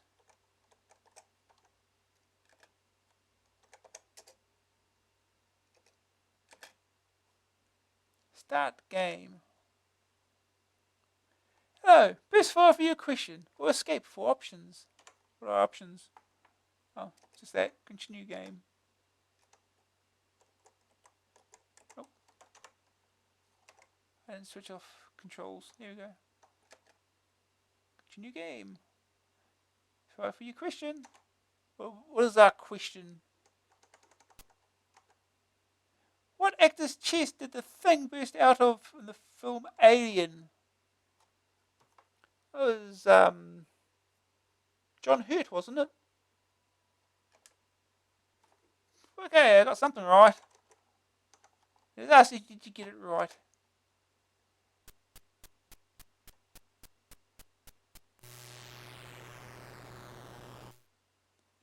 Player, no. Staragunga?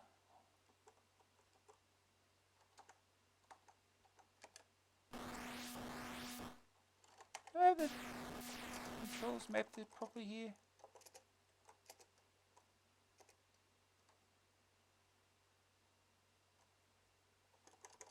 No wonder. Reset the defaults as did. What British county is now listed alphabetically last? I don't know. British geography? Anywhere that starts with a Z? Z?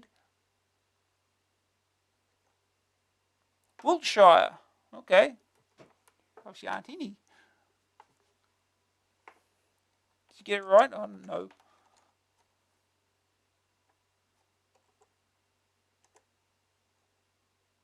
Lugarog 4.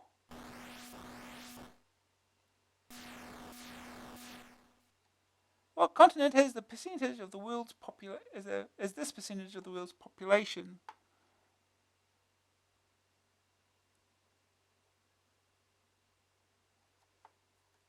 The Oceania.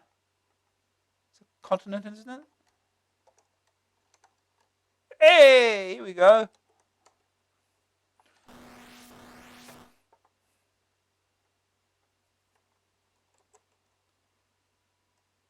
Guna.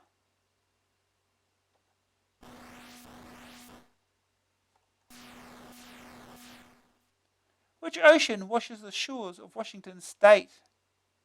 Washington State's the Pacific Ocean, isn't it? Yep.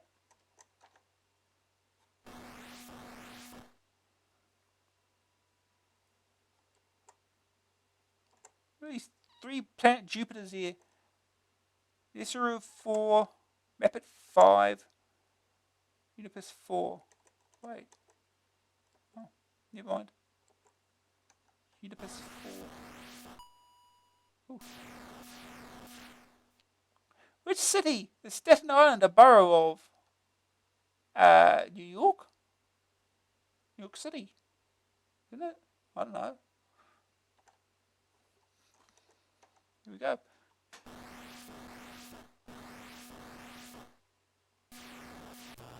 Paper spacing! Luxitator, okay.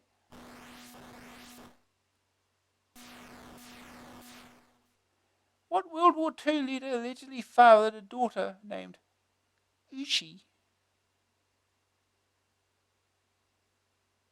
I don't know. Was it Hitler? Okay, it was Hitler.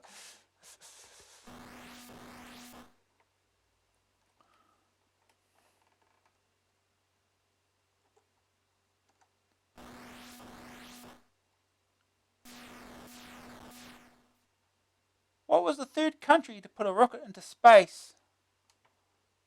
So it would be Russia, in the US.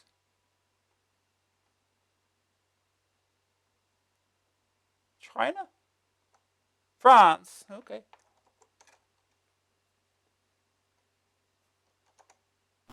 Again.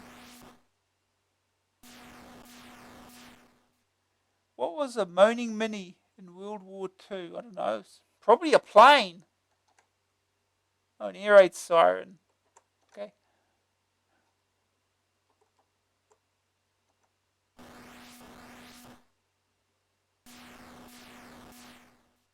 What island in the Atlantic did the French exile Alfred Dreyfus to in 1894?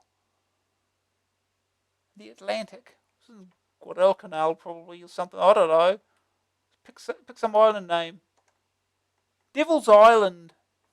Never heard of it.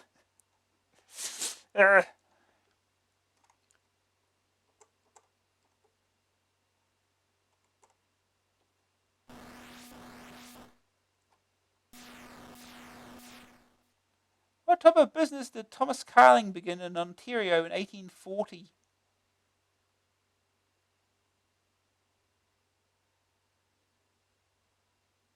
Not a clue. Not a clue. Brewing. I should have guessed it was beer.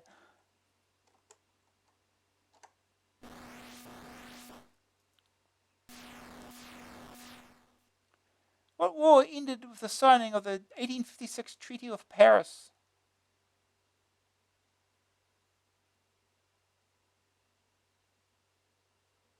Not a clue. Crimean War.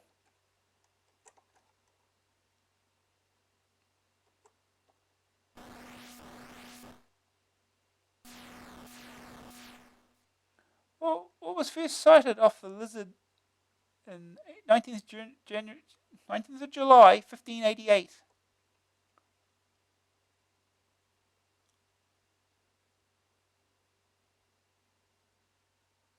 It was another lizard, was it?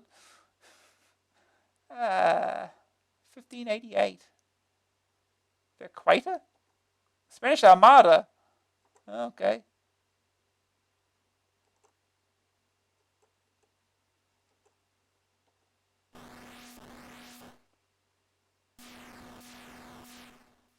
What magical word did 2nd century Gnostics use to ward off affliction?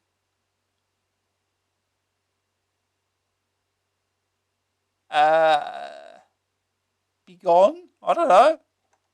Abracadabra. Obviously. Obviously!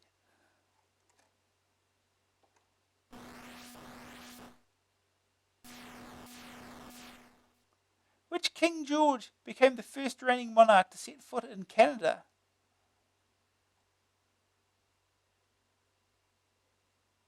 4. 6th. Okay.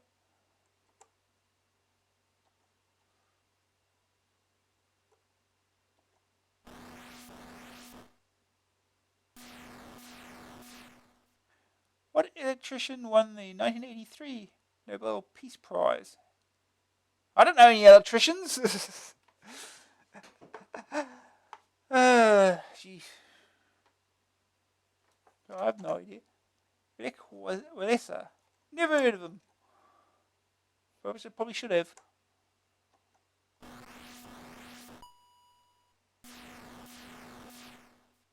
What English port did Napoleon depart from to begin his St. Helena exile?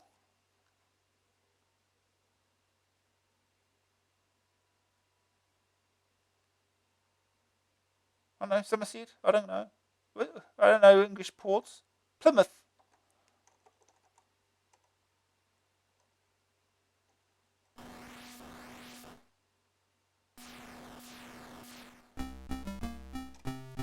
Did Gene Vincent sell this song for $25, $250, or $2,500?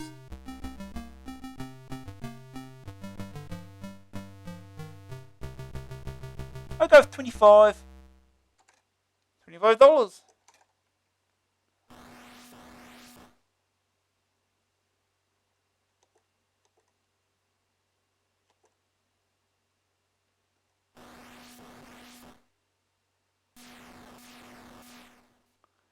What was the ancient instrument of punishment? This ancient instrument of punishment. It looks like a... Oh! Is that stockades? A pillory. Okay. That is a specific name then. Keep looking through here.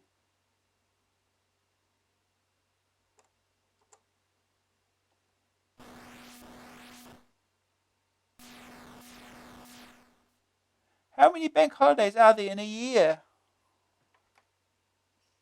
Well, it probably varies from country to country. How am I supposed to know? I don't live in England.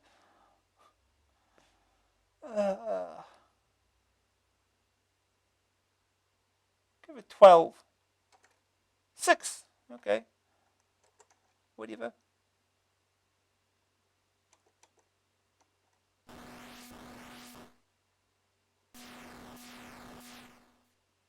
What island was the target of the US's Operation Urgent Fury in 1983? It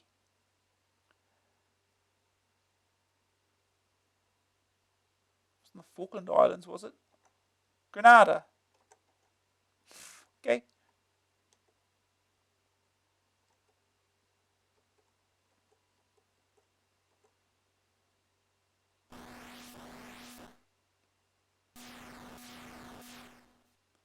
What garden of England county is home to the town of Snodland?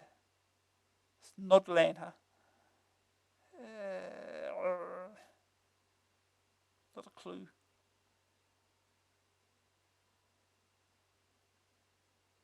Chelsea? I don't know. I just think it's Chelsea Flower Show for some reason. Kent. Okay.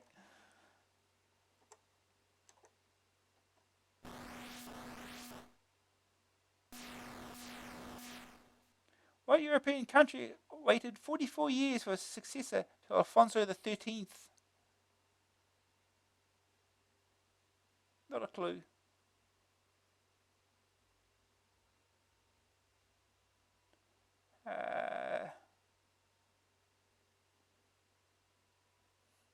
Wasn't Monaco, was it? Spain. Okay.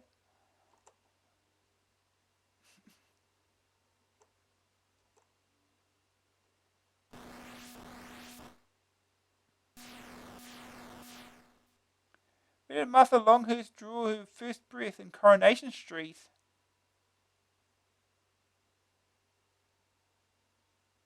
Got a Coronation Street question. Ugh.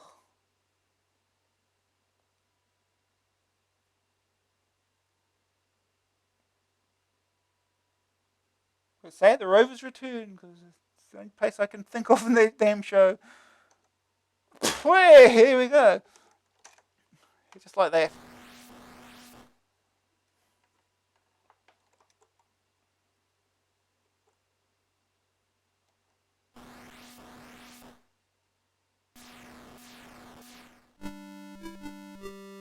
Why was this prince, his father and grandfather, deprived of the throne?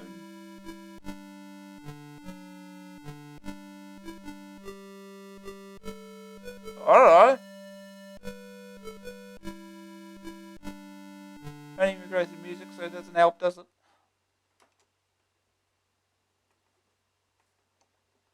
Because they're Roman Catholics. Oh, great.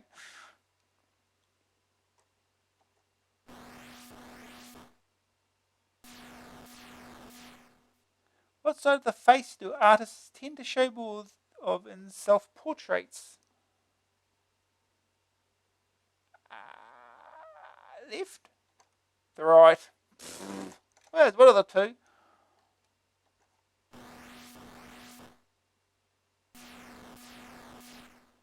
Did the Beatles ever collectively meet Elvis Presley?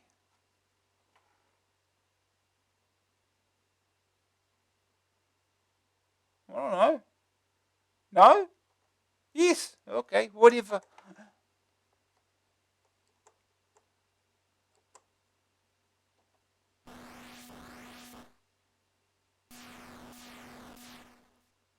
What soccer club won the Scottish FA Cup for 3 consecutive years not from 1982? Scottish FA, yeah.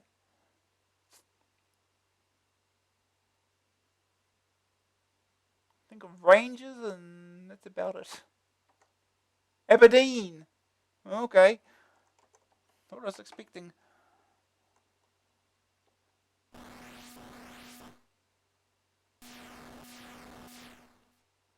What day would you play trick or treat on? Halloween. Hey.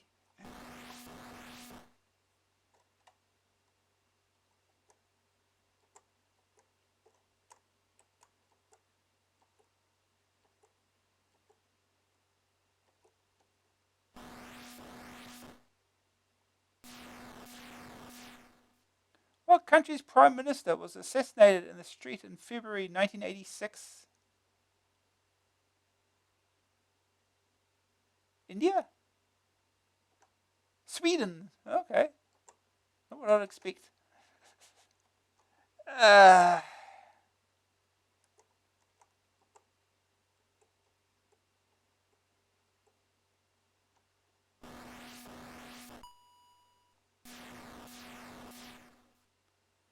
who held 10 different government posts, the most for one man in British history? I don't know. Was it Winston Churchill? Okay. Fair enough.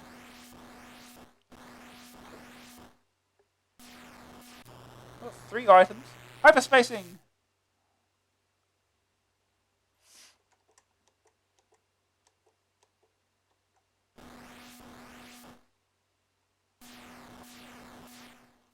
What folk song was inspired by John Jones, born in Casey, Kentucky in 1864? Not a clue. Uh, uh,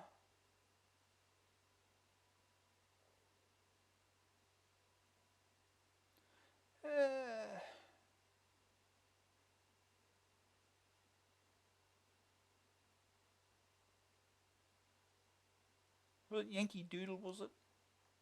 Casey Jones. Nope.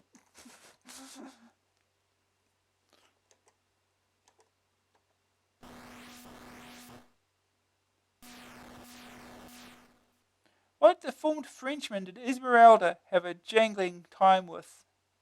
Oh, that's a Hunchback of Notre Dame, wasn't it? Quasimodo. Close enough!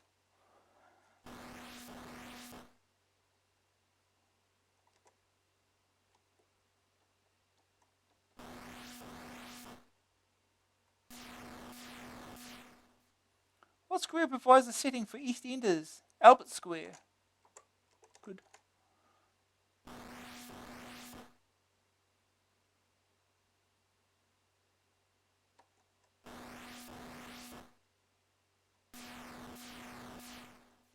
What 17th century war began with the rising of the royal standard at Nottingham?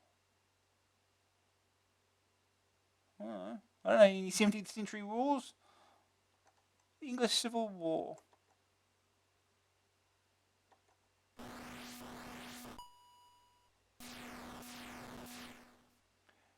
Who did the Who have living in the sand on the Isle of Man? Oh God, I have no idea. Okay, no music or something. Happy Jack.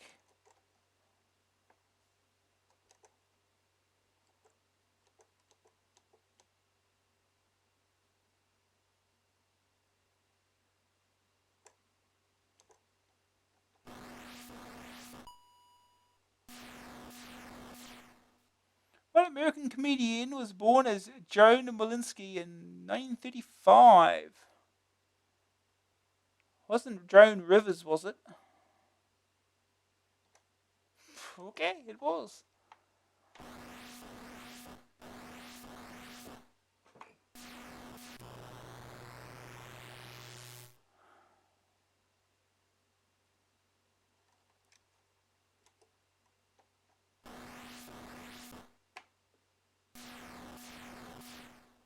What notorious Dickens character had to be shown how to enjoy Christmas? That would be Scrooge.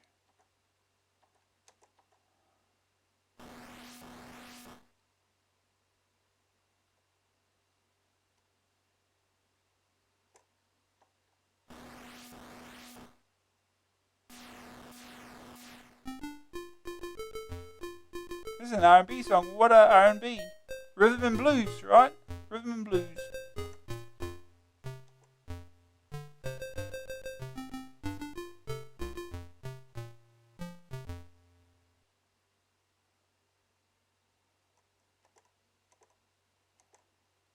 Okay, so the planet types don't really correspond to the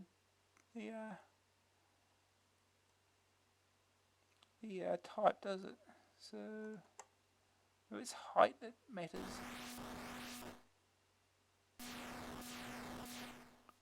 What does an Australian mean when he asks, "How much is it?" How much is it? Been around too many Australians, obviously.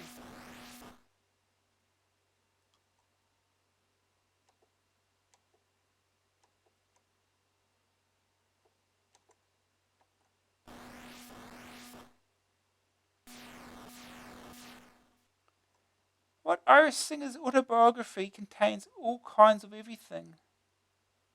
I don't know any Irish singers.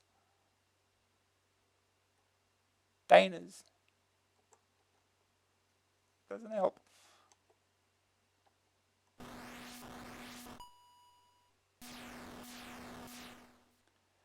What is this musical sign called? Oh, God.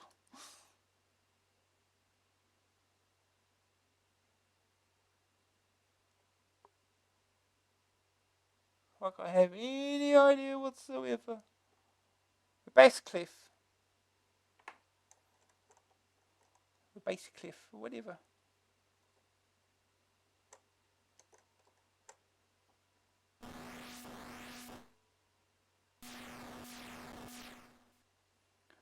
Which Kingsley Amis novel features a weekend in the life of Jim, a university lecturer?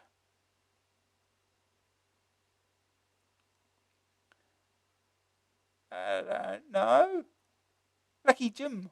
Oh, okay, never heard of it. I'm so good at art and literature. Oh. What animal ate the malt in the house that Jack built? Oh.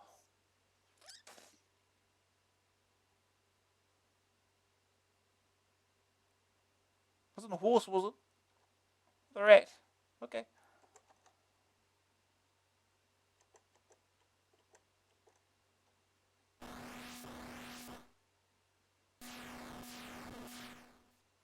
What French newspaper has been called the French New York Times? I have no idea what French newspaper names of any French newspapers. Le Monde. Okay.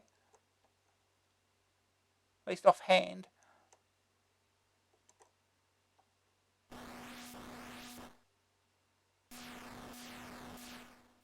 What was the first name of the painter Corgan?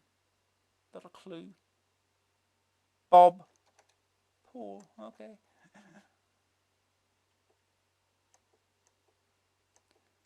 Anyway, I think we've had enough of this. We'll move on to the next game. I suppose we'll be at this for a while. Especially when I was going to those art and literature questions.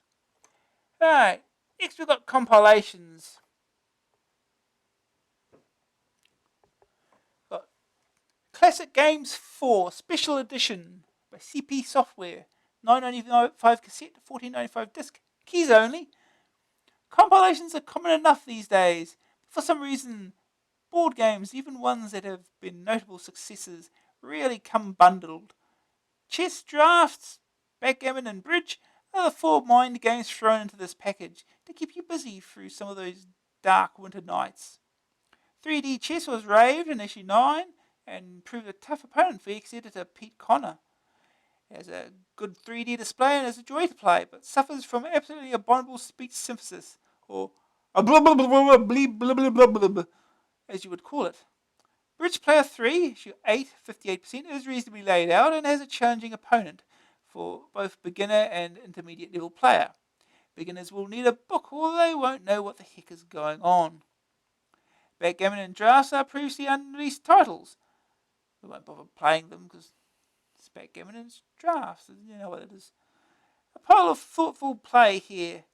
It may not appeal to the arcade game fiend, but anyone who wants a game of something more mentally stimulating than a mere test of dexterity should find this a cheap and worthwhile purchase. Green screen view, no problems. Here's a screenshot of 3D chess. AA rating 64%. 4 games for the player more concerned with mind than fast reactions. Next we got Mega Play Volume 1. Mastertronic, $9.99 cassette, $14.95 disc, joystick or keys. 6 budget games burst out of the archive. Agent X2, issue 28, 38%. Zub, AA16, 76%. Restless-Gan, issue 21, 88%. Destructo, AA25, 77%. Curse of Sherwood, AA21, 68%. And 180, AA17, 67%. A mixed bag ranging from the straight shim-up of Destructo to the arcade adventure style of Curse of Sherwood. There's even something for fat, heavy-smoking alcoholics, professional darts players, in the form of 180. The total of all these games separately would come to just about £18, so £10 is well worth it if you haven't got more than 2 already. Green screen view. Fine. The return of raster scan. That is not a screenshot of raster scan. That is a screenshot of Agent X2. AA rating 73%. A cheap stocking filler for all you people with cheap stockings. And history in the making. The first 3 years. US Gold 1999 cassette.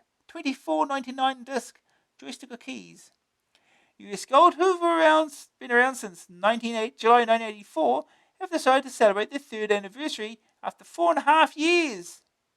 Well, it makes sense to them.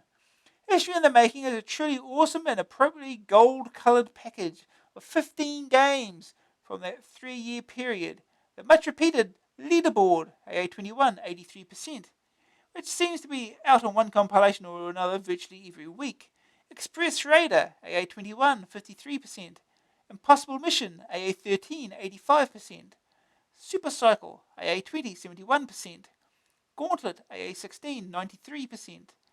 Beachhead 2, AA15, 42%. Infiltrator, AA16, 75%. Kung Fu Master, AA11, 72%. Spy Hunter, Roadrunner, AA26, 74%. Bruce Lee, AA2, 88%. The Goonies, Wheeled Games, AA23, 70%. Raid, AA2, 89%. And Beachhead, AA1, 82%. Amongst that lot, there are quite a few raves, and only one real turkey, Beachhead 2. Admittedly, there's some decidedly average games too, and the bundle is very expensive. But if you've only just got your CPC, then you'll get plenty of entertainment from this pack. Even if you do have some of the games already, then it might still be worthwhile, since they work out at paltry £1.67 each for each game on disc, and £1.33 on tape. Green screen view. No problems. Welcome back, Spy Hunter. AA rating 71%. Enough games to get you going until the spring, at least. And since we've got 2 games there that we hasn't been reviewed before, at least these we'll play.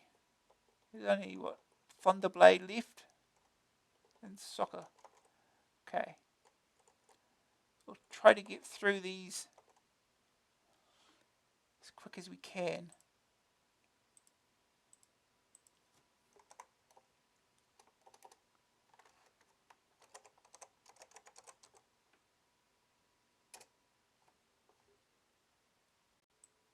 So we'll start with Spy Hunter.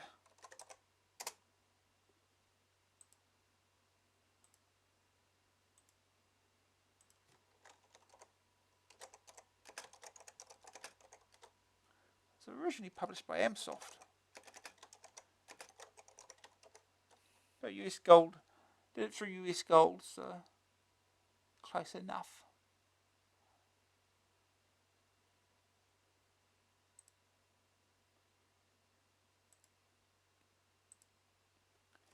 Okay. But what are we doing? Run the damn thing. In full effect.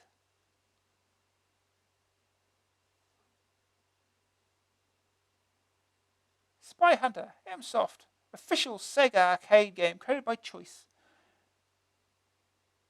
Bally Midway. Correct, 1986.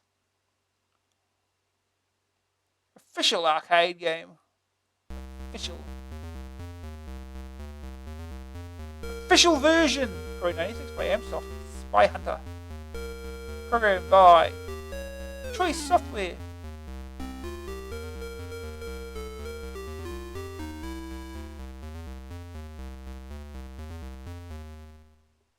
It just ends there. Right.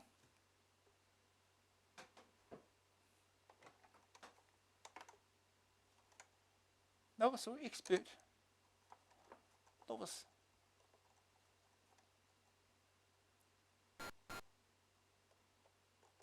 Okay.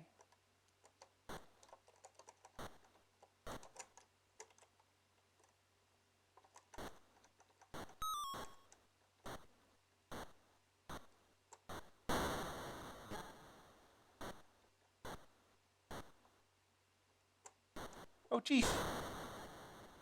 Well, this way you got a time off infinite lives. Yeah, destroy it. Speed up more, but yeah, slide along a bit. A lot of inertia. I think I'm comfortable at this speed. Oh, jeez. So horizontal movement is tricky.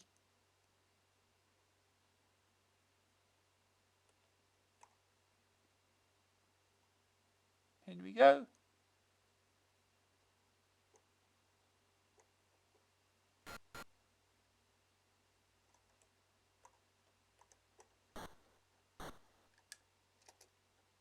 How do we change weapon?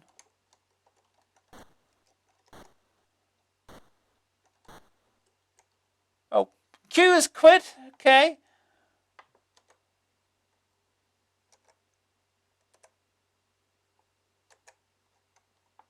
Try again. Start again.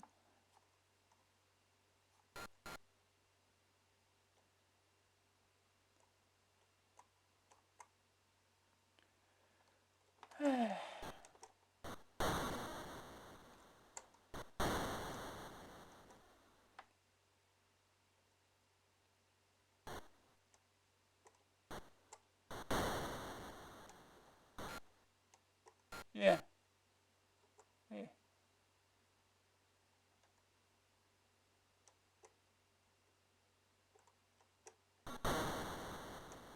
Gotta shoot it. Always react too late to that.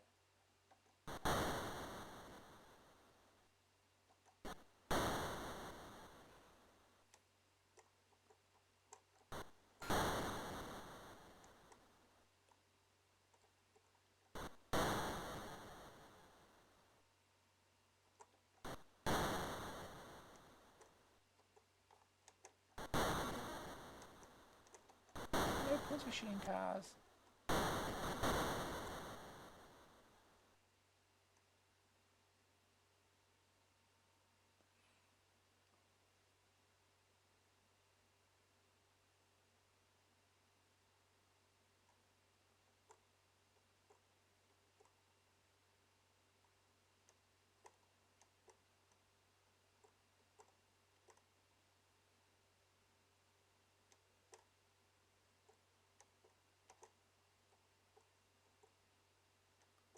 Left.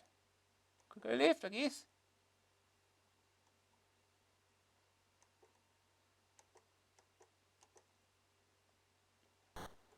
Are we in a boat?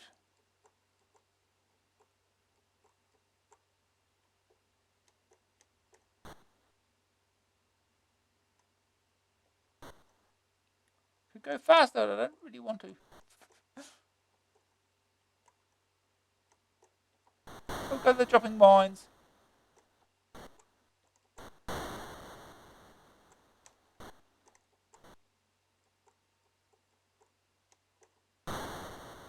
Just ran into that island.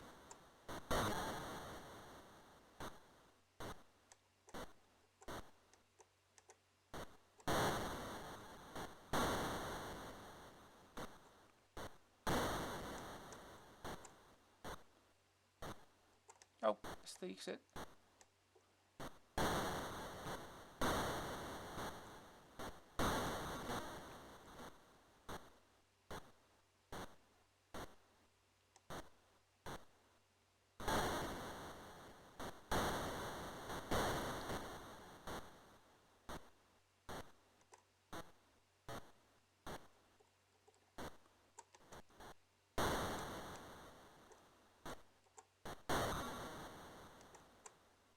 Oh.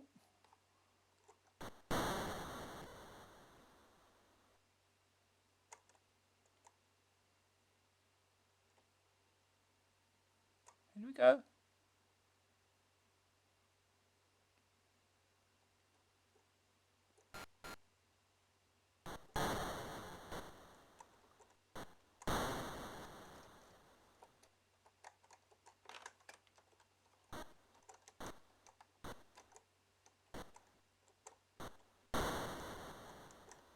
idea how to change weapons. Oh, yeah, I wasn't watching.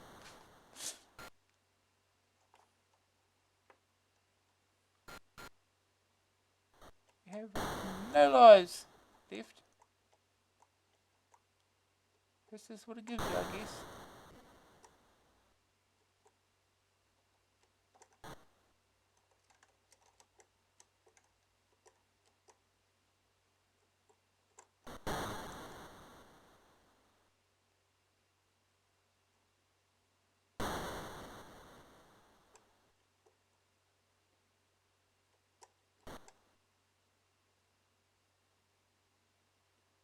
Yeah.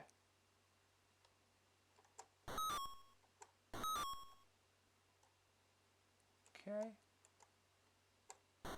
Oh, jeez. Moved too far. And we did. Oh, that's Space Spy Hunter. So. Okay. We go straight on to the next game, which is the Goonies.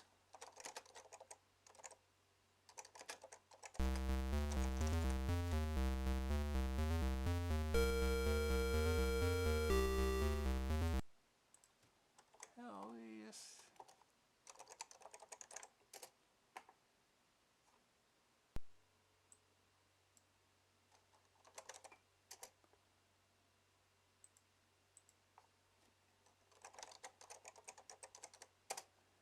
Ah. Magic Soft. Goonies. The Goonies were in 1985 by Datasoft, programmed by Scott Spanberg, converted by Paragon Programming Limited. US Gold. 2 for joystick. 3 for 1 player. Oh, it's a demo. It does nothing. Let's go. Two characters you switch between.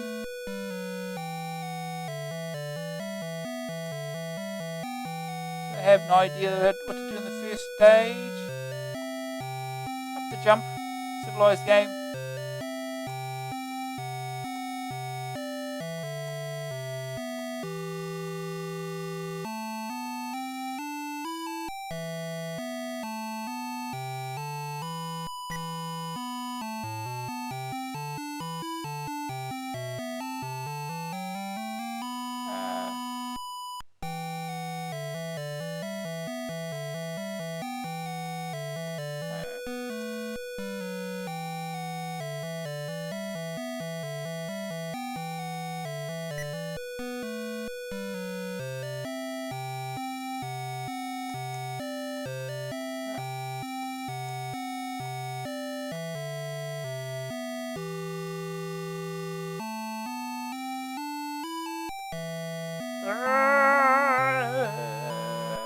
Oh, dude.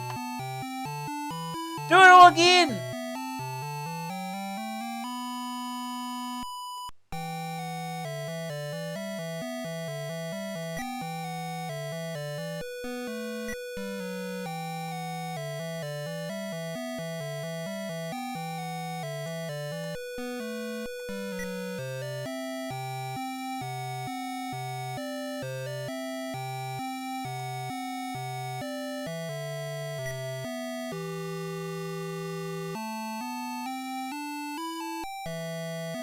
Not close enough.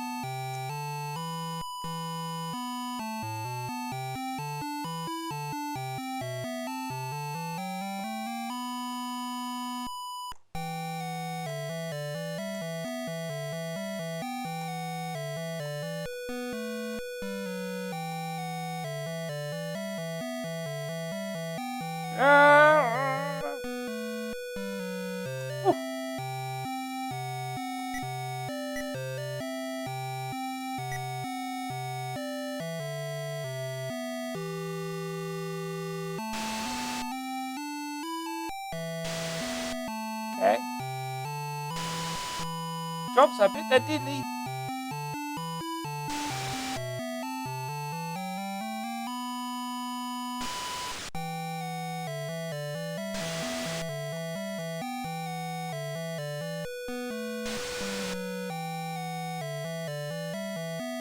That's deadly.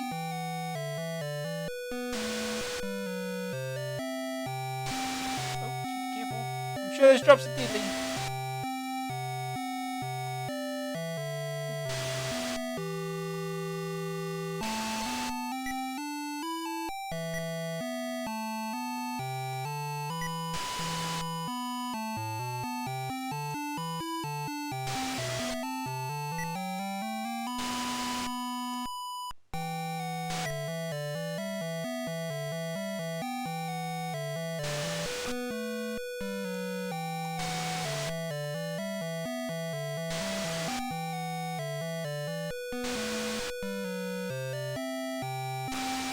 Oh, jeez.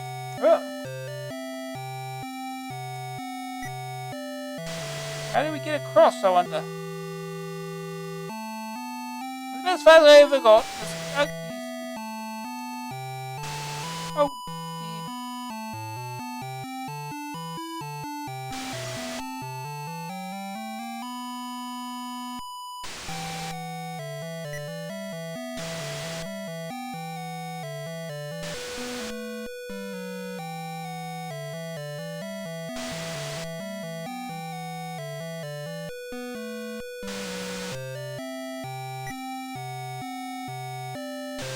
Oh.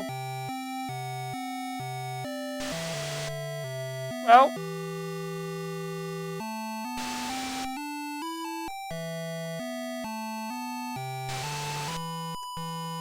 Oh, I don't want to jump. Idiot.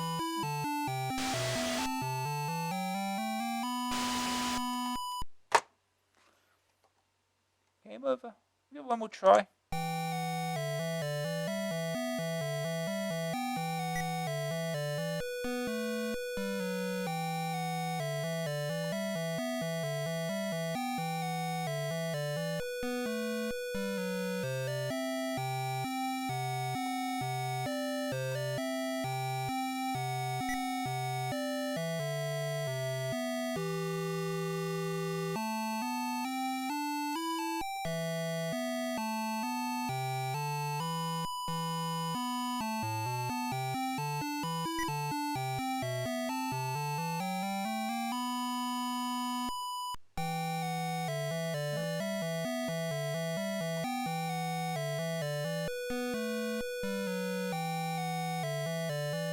Oh, come on.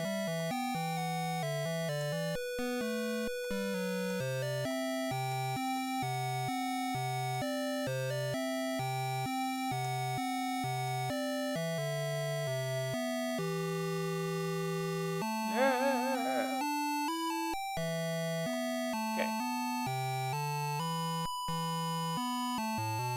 Hey, there's a fail. What to do here?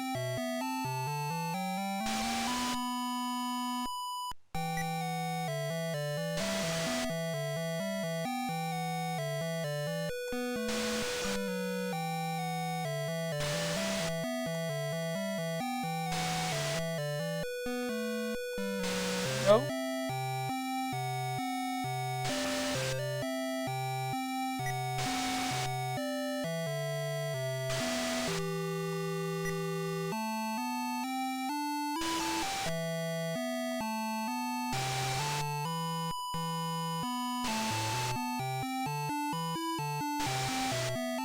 Nope.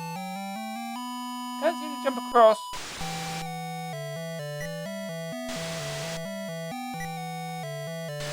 Nothing here.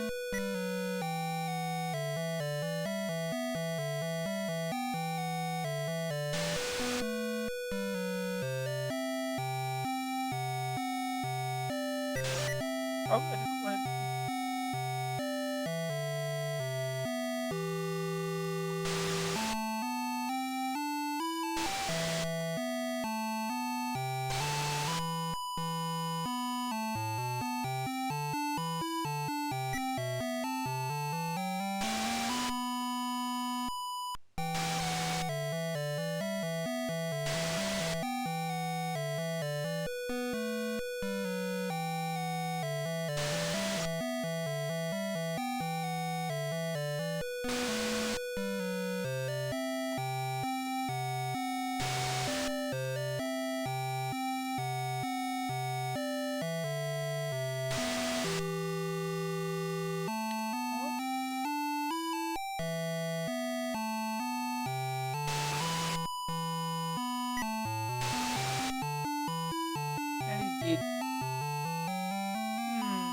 switch it on when you're standing there.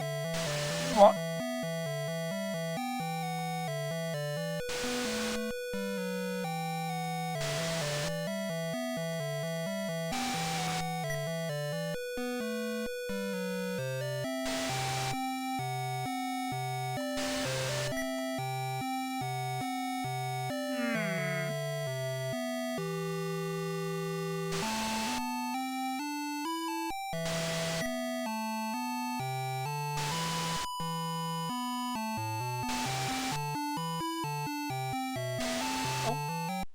Yep, water is deadly. Yeah. That's the Goonies. I have no idea how to get any further in that game. Get to this stage or something. If it'll show us any more stage screens.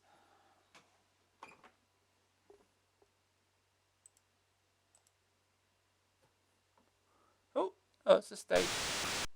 That shows how to do it. This does nothing. What other stages screens do we get to see? Oh, just the first one. So they're going in reverse order.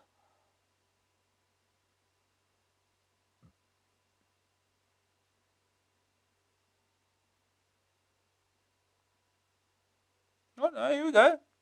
It's another screen. So it's got pinball flippers in it.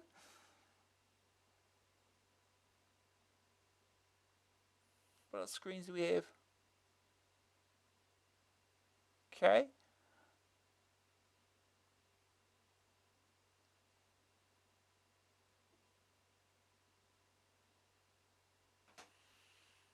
Let's back to this screen again.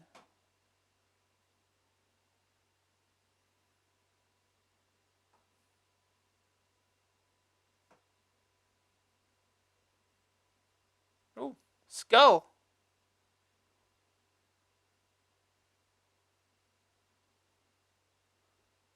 Anything else? Nope. We'll move on.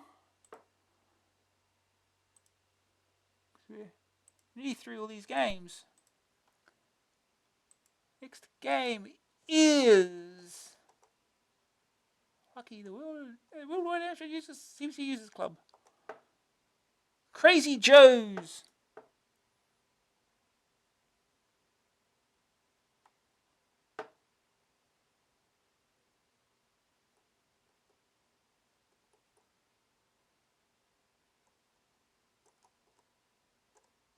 Right, Thunderblade for US Gold. $9.99 cassette, $14.99 disc, joystick or keys. US Gold's major push for Christmas is a helicopter shoot 'em up in 12 stages. Your mission is to destroy an enemy fortress. Only trouble is, the enemy themselves aren't too keen on the idea. Hold on to your stomachs, you're told. Unscramble your brains for the journey of a lifetime as you take the controls of the most advanced chopper armament specialist could ever conceive. Outmaneuver the fastest jet fighter. Outgun the most dangerous gunship. Traverse the war-torn skyline of a skyscraper city as you sharpen your skills for the battle ahead. Plunge out to sea for an epic encounter with an immense, heavily armoured gunship. Race on to a shootout in the Rocky Canyon and dense forests, where your flying expertise is tested to the limits as you dive, hover, and skillfully maneuver your way through this fortified maze. Whew, quite a brief, but how does it translate into gameplay? The view of your surroundings varies according to which stage of the game you're playing. There are 12 stages in all, some viewed from above and others viewed from behind. The helicopter is always central on the screen, and what you see depends on how high up you are. The size of the helicopter remains constant, and enemy vehicles and buildings change in proportion. There's also a score panel and lies indicator to remind you of how well or badly you're doing. Stage 1 is viewed from above, and your objective is to reach the end of the level, blasting as many enemies as you can, and avoiding their fire. Helicopters, though, even Thunderblade, are easy to knock out of the sky. Ask Mike Smith. You are armed with bombs and bullets, the latter destroy things more easily. In Stage 2, the setup is virtually the same, only this time you view the world from behind the helicopter. Buildings become more dangerous as you fly towards them, and occasionally you lose sight of everything when a bomb explodes in front of you. The third stage is set out in the middle of the ocean over a huge ship. Gun emplacements are scattered across the ship and must be dealt with before they get you. This section is also viewed from above, like the first. Later stages of the game get progressively more difficult to complete. The fourth is set in a canyon filled with hostile forces and jagged outcrops of rock, whilst later stages have enemy boats to blast and hordes of screaming jets. Eventually, you reach your ultimate objective, the heavily defended enemy fortress, which is going to take an unbelievable effort to destroy. Thunderblade in the arcade had two things going for it, graphics and sound. For full arcade conversions, the process of getting a game from the arcade onto a home micro is not easy.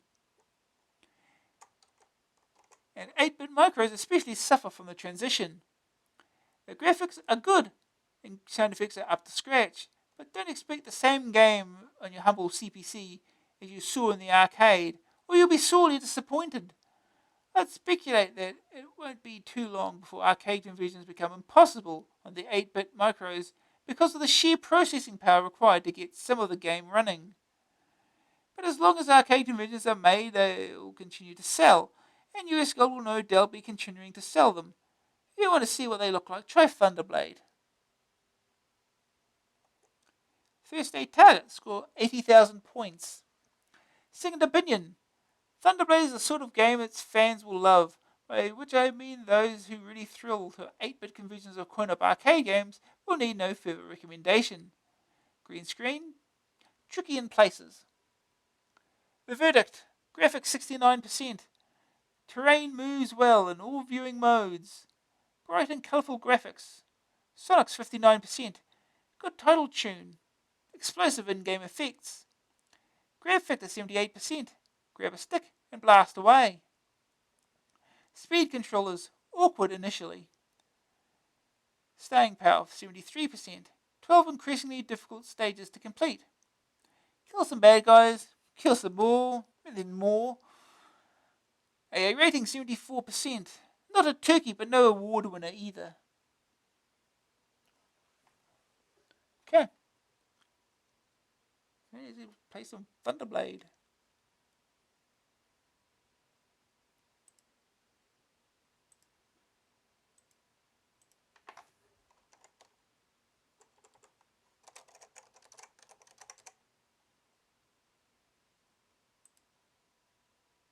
That's right, I've got to play this in Retro Virtual Machine because this uses some freaky video techniques.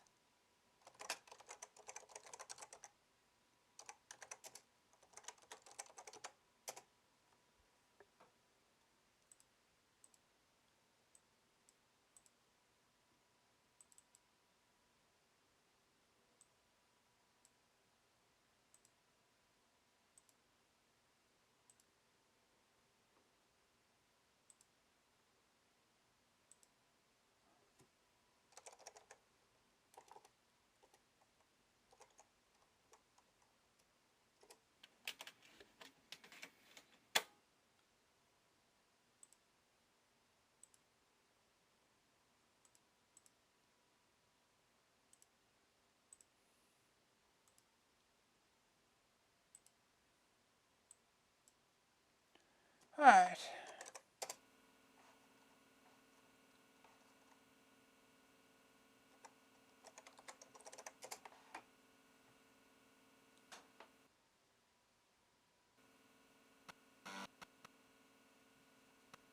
Thunderblade, trademark.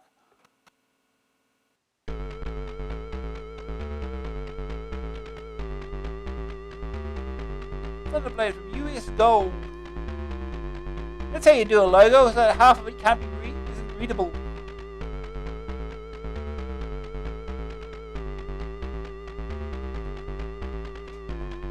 US Gold.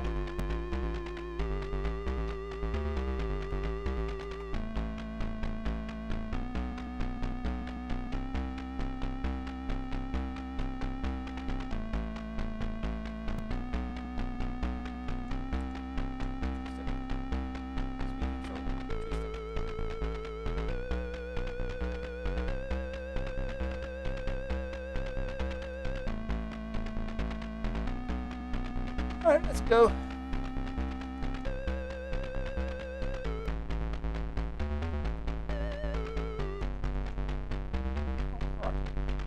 Maybe there's not main, but enable the joystick control. So loading from disk.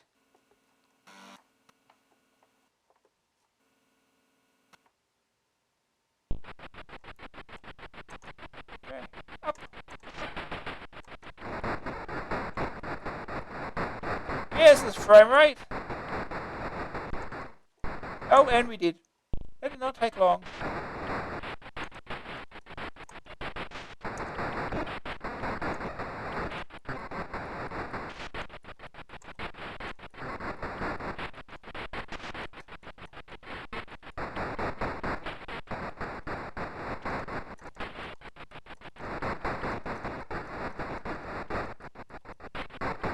Building.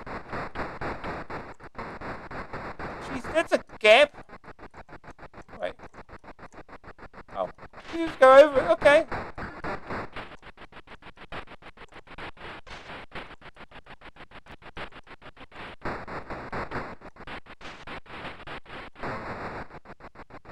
I think we did it. Okay. Controls are exactly the same on doing this mode. This is weird.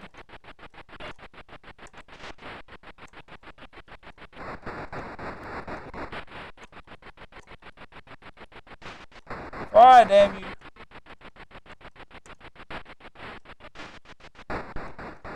Ow.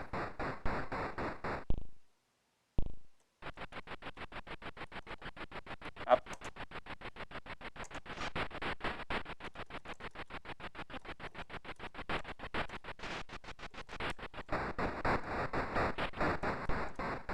Ow.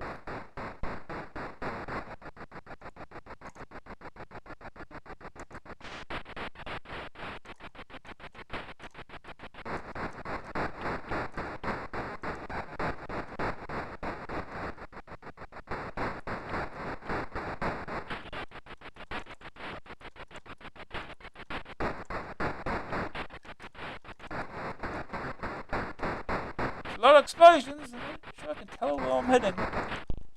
Oh. I'm not sure I got hit by that, really.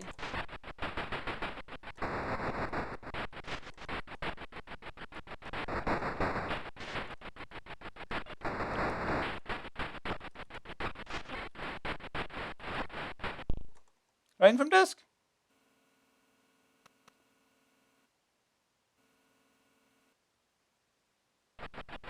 Oh, you see it at the bottom of the screen now.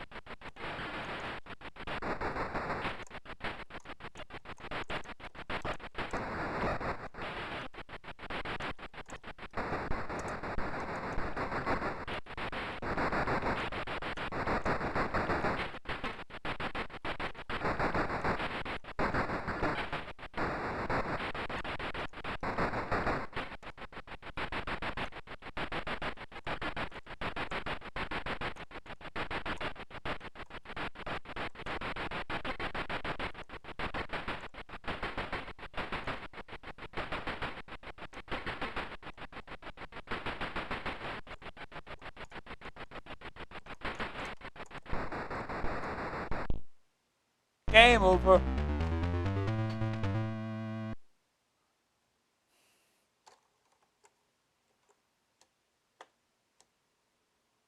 Cute.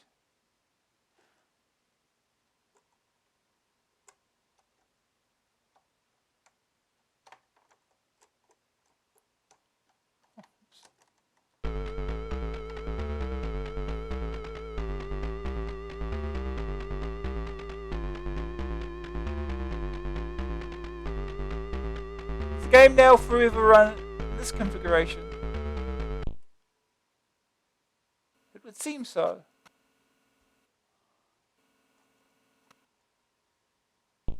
Oh no, back here again.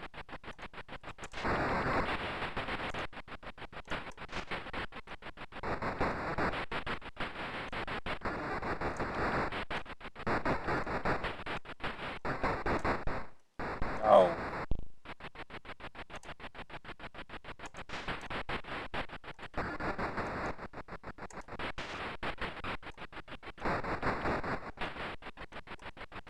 Ah. Really, way too good shots in this first stage.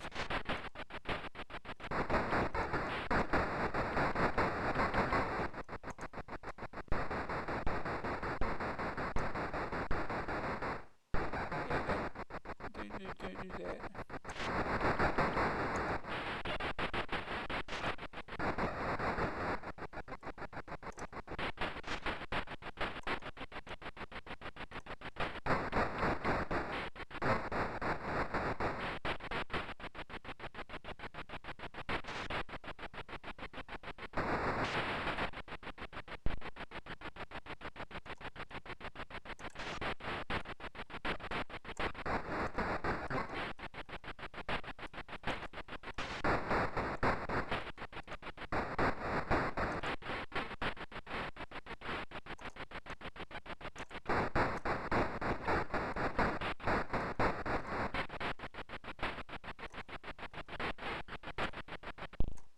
Oh. It's hard.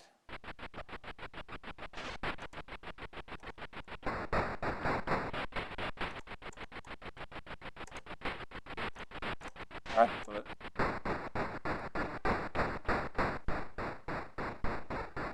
And we got it again. It's going worse than last time.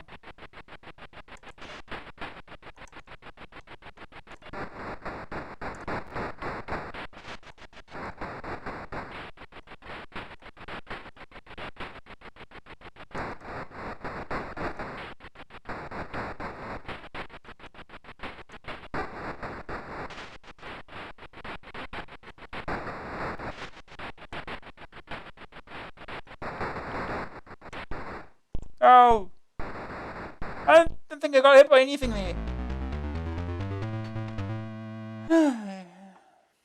Well.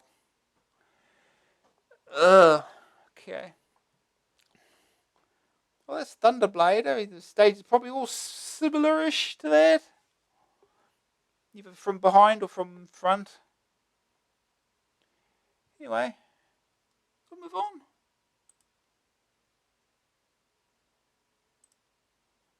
Got one more left if I remember correctly.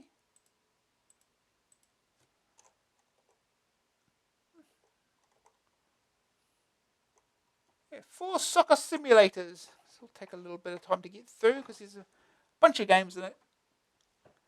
Anyway, 4 soccer simulators. Codemasters, $9.99 cassette, $12.99 disc, joystick or keys.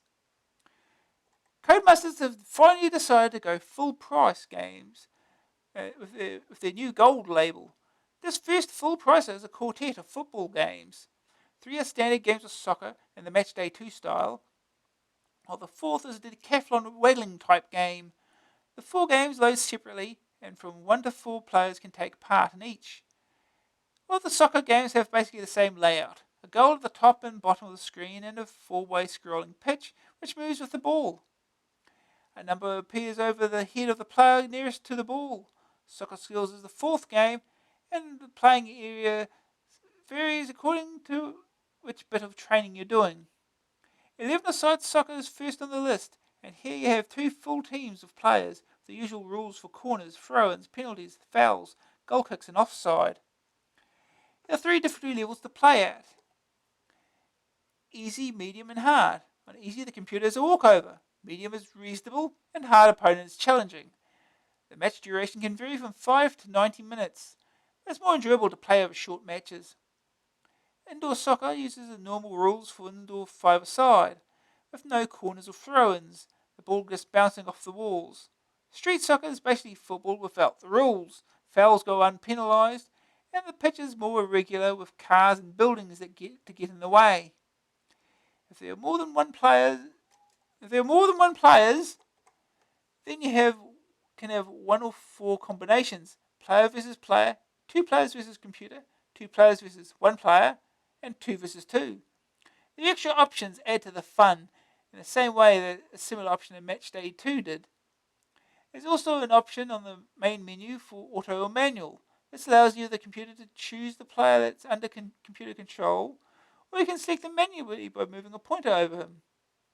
Soccer Skills, the 4th game in the pack, has 8 different events for you to practice your ball and physical skills in. The ball-centered the ball control, goalkeeping, penalty taking, sprint training, press-ups, weightlifting, sit-ups and bar lifts. Ball control has you weaving in and out of a set of cones. Goalkeeping lets you practice penalty saving, and penalty taking speaks for itself. Sprint training is a standard waggle game where you have to run up the pitch and back again in the shortest possible time. Press-ups, weightlifting, bar lifts and sit-ups are still self-explanatory. As with all Codemasters games, the graphics are slightly above average, but nothing spectacular. Sound effects fall into the same category. There's a good tune on the title menu screen for each of the games. Matchday 2 is the only game to compare it with, and there are some major differences. The first is in the playing area. Matchday 2 has goals at the left and right, while this has them at the top and bottom. Matchday 2 also has a tougher computer opponent, but perhaps a bit too tough. I agree, Ed. There are plenty of options on the menu, but Matchday 2 has a much better selection. Unfortunately, there are no trophies to play for and no league competitions to fight over here, which does detract from the game a lot. You can play against other human players, of course, but Matchday 2 is a much better solo game, and since they both cost the same, it's all down to which of the 2 styles you prefer. Both games are very good, but Matchday 2 definitely has the edge, Brian. First day target, beat computer on medium level. Foul the pavement, get it? Second opinion.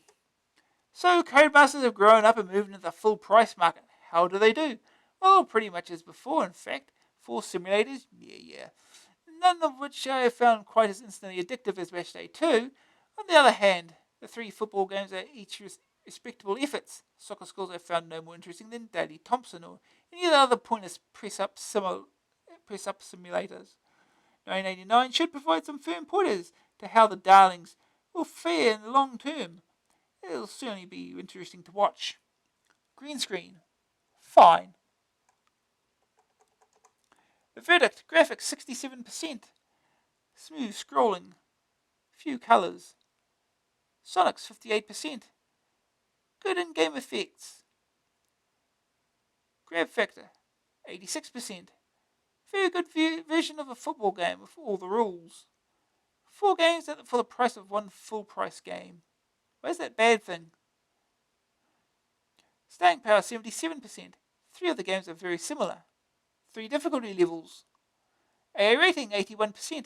A good start to the gold range, but it would have been better rated at £5 than at £10. Okay.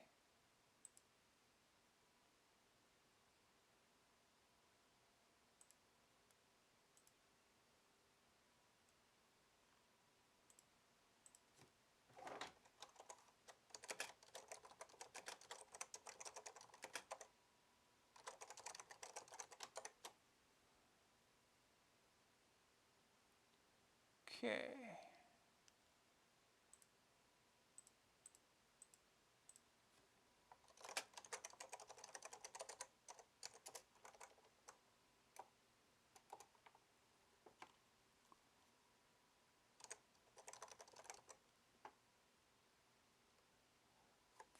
if I remember.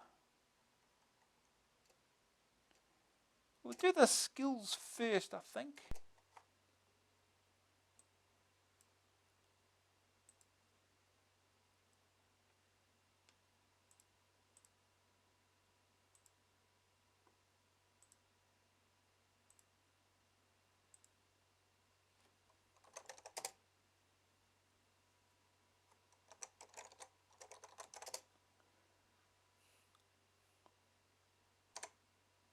Side 2 of the disc is a side 2, right?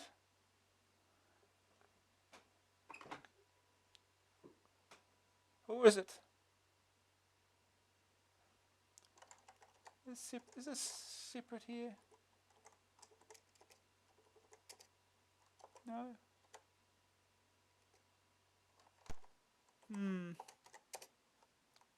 Try this side then. It's just single disc images.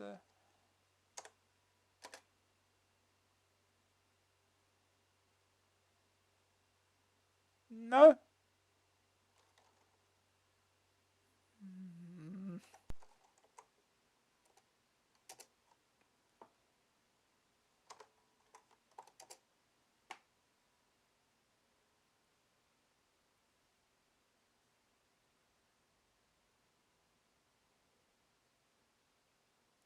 Only disc 1.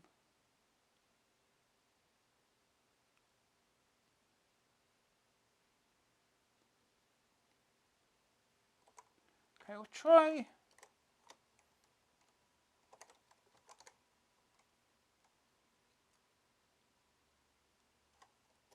See, check this. Does this have two floppy images in it? It does. Good. Disc 2.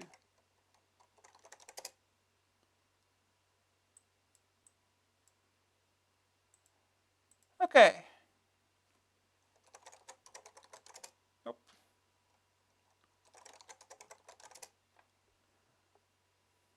That should work. 4 soccer simulators. Soccer skills. We'll get these out of the way because they're stupid. Players, 1 space movie to select. Skills menu.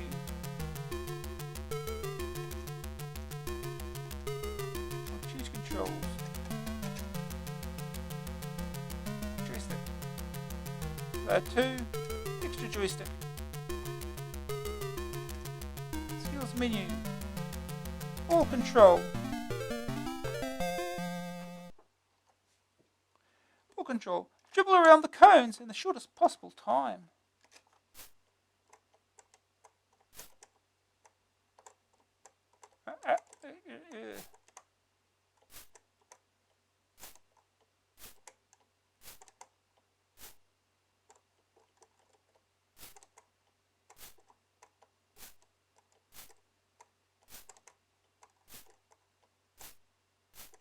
Turn here.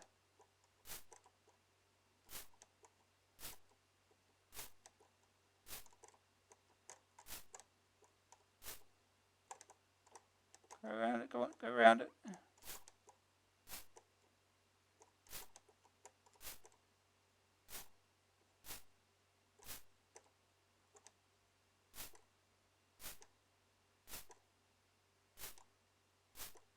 Finish. Initial time 51.7. Time false 0. Total time 51.7 seconds. Training over.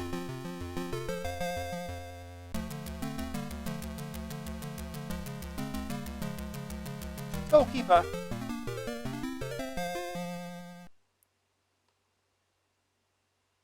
Computer penalty, okay.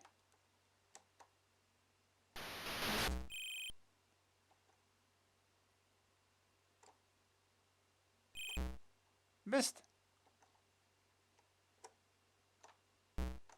Saved it.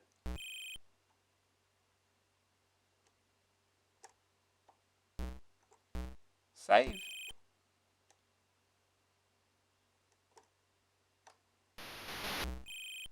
Well.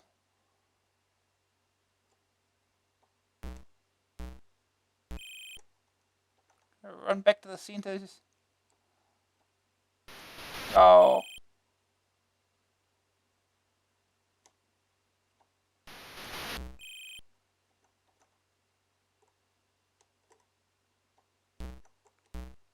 Saved.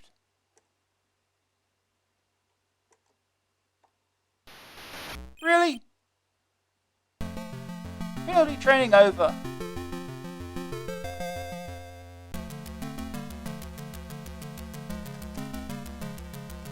Penalty taking. This is going to be the same only we're doing the kicking. Right?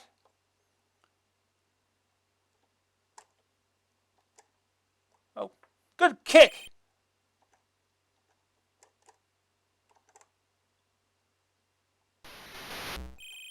Wow. Oh, I got it. Oh, can't kick it back in. That's a miss.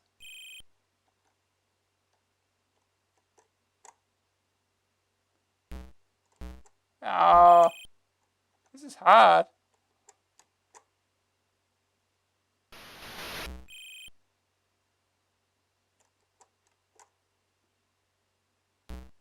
Oh, didn't you have to dive for it?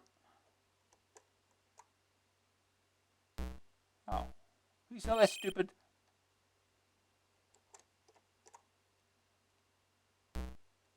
Oh, that's harder than it looks.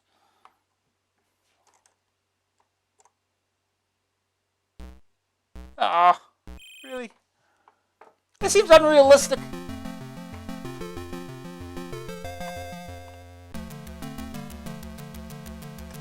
Training menu.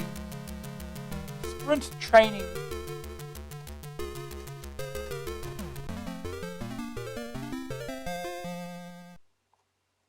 Sprints. Race to the top of the pitch and back in the shortest time.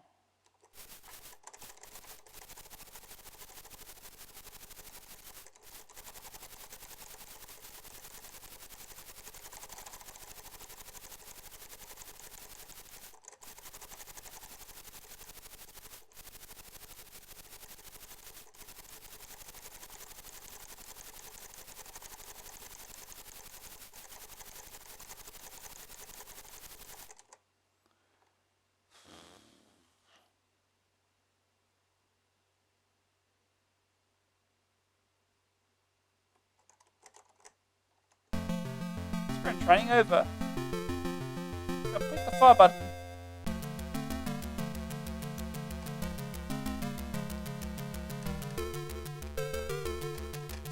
Press ups. See, these are easier to do than the previous game. Push ups. Complete 15 press ups in the shortest time.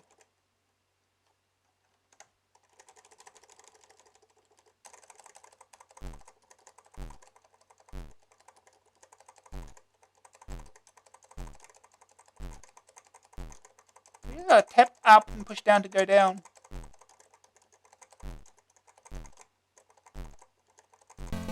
Whoa, way much easier to do. Exercise finished. Training menu. Weightlifts. Complete 15 weightlifts as quickly as possible. How do we do this?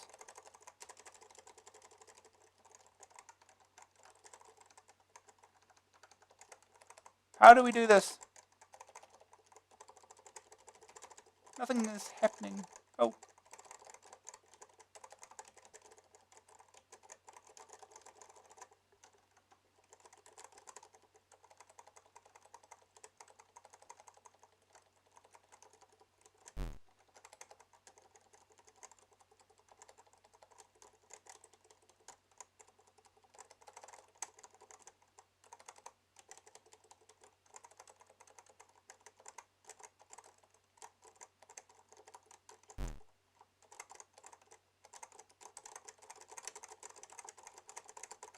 Okay, this is a little bit more hard. It's not obvious what the other controls work.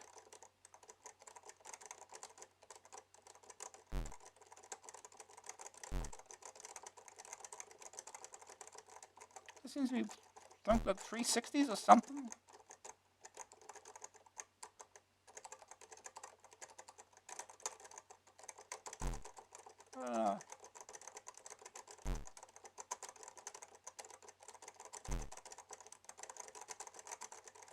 This is stupid. Quit. Quit. Good. Training menu. Sit-ups. Complete 15 sit-ups as quickly as possible.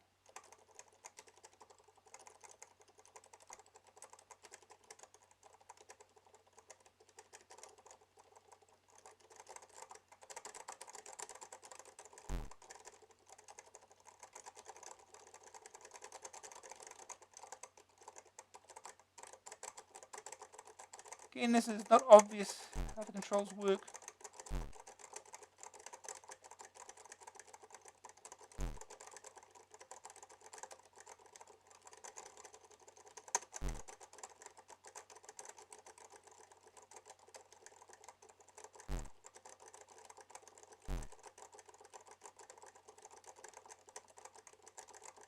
Yeah. Quit. I've seen enough. Bar lifts.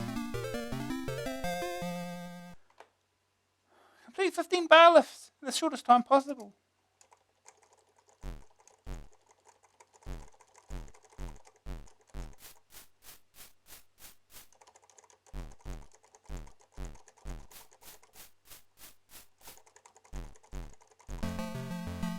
Done. That's a lot easier. Pete's Gym. Circuit Training 1. Oh, it's just this. It's just doing each of these. Quit. I don't really see that. Okay. She's got instructions. Soccer skills instructions. Nobody becomes a soccer star without practicing their skills and working out in the gym. Become expert at taking and saving penalties and work on your ball control so that you can run rings around your opponents. Then go into the gym to complete a few rounds of some grueling circuits to improve your speed and strength. Hands-on instructions. Credits list. Game designed by Peter Williamson, Mark Baldock, David Darling, Richard Darling. Programmed by Peter Williamson, music by David Whittaker. Animations by Stuart and John. By the same author, Super Stuntman, Freestyle BMX Sim. Oh boy, Super Stuntman.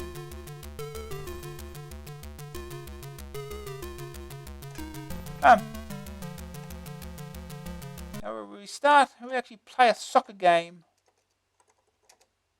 Still got the first one.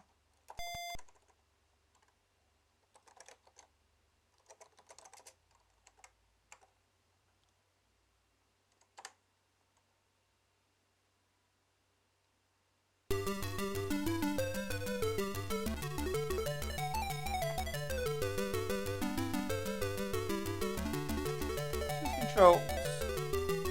Joystick. Player 2 extra joystick. Player 3. Player 4.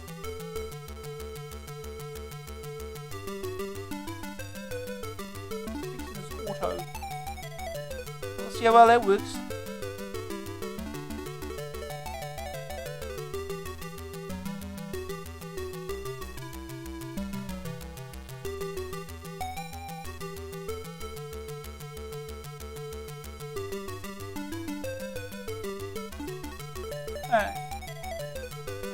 Easy.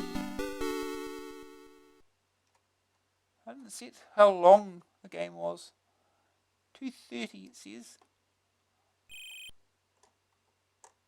Okay, we've got the ball. Wee, wee, wee, wee.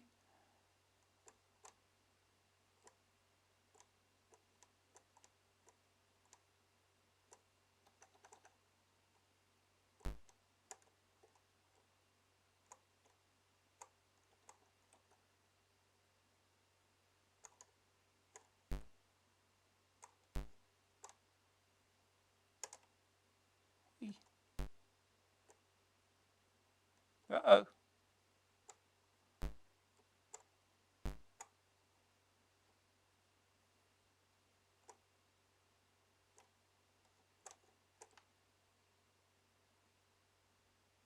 Game just stops. Horizontal scrolling is weird.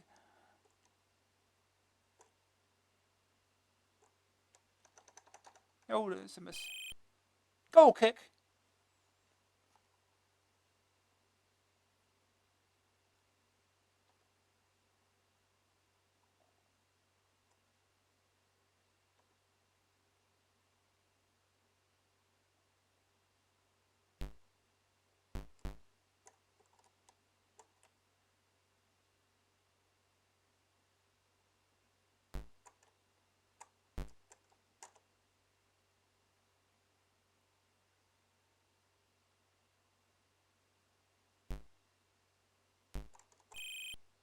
Handball. Nonsense.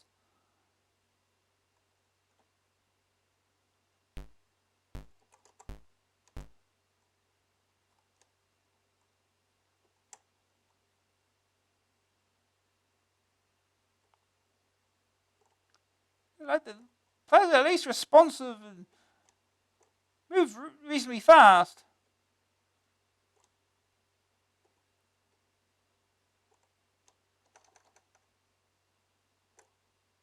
Hey. God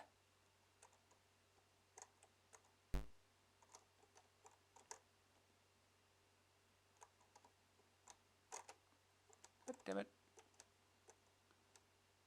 They're not quite like all the inertia though. That's the only problem.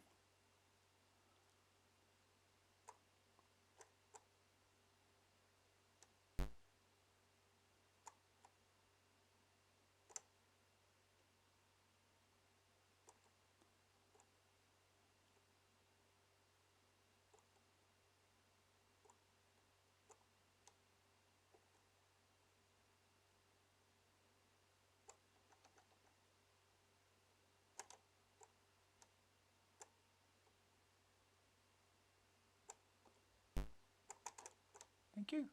Hey.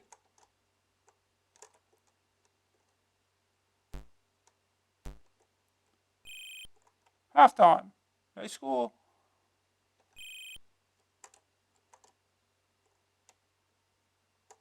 Okay, we go up now, huh? Let's go.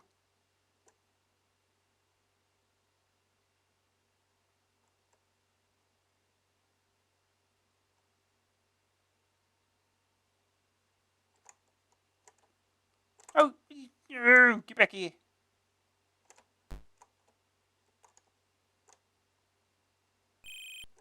Foul. Free kick. I didn't do it. Oh.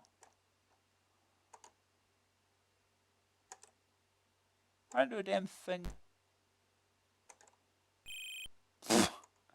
Foul. Nonsense.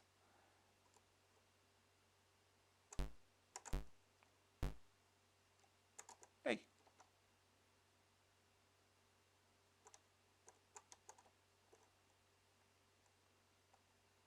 Let's go.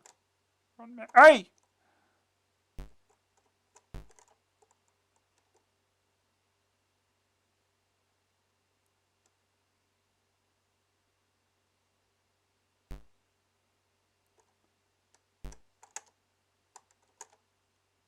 Hey.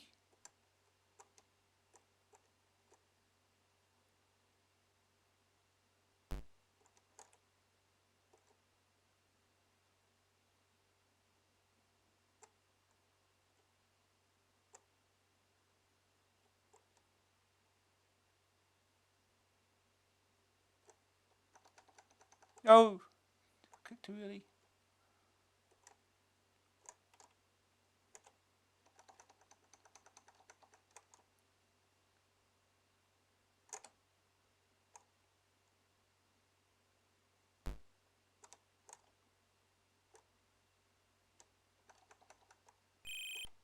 Goal kick.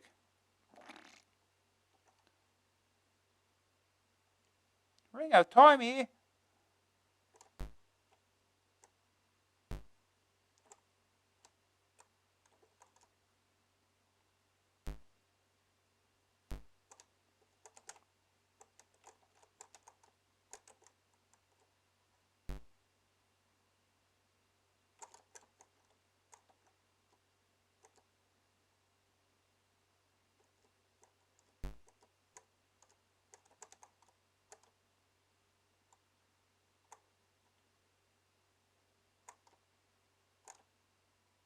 Go!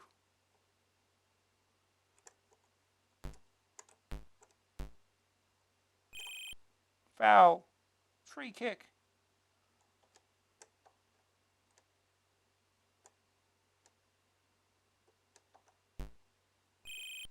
Full time. No score! Well, better than losing, I guess. A draw. That one, high score. 108.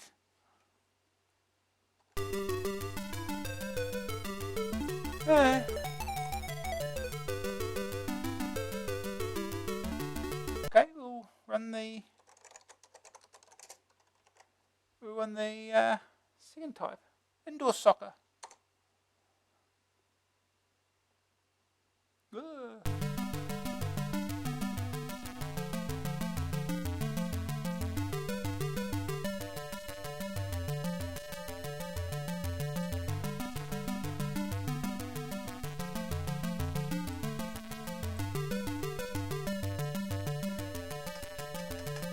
Choose controls. Joystick. Extra joystick. Keys. Other keys.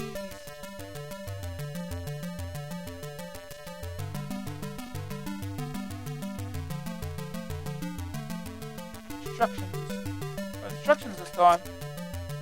The game is played in a totally enclosed area. There are no throwing goal kicks or corners. The ball just bounces off the walls. There's no offside rule, but a foul is given if you enter the other team's goal mouth.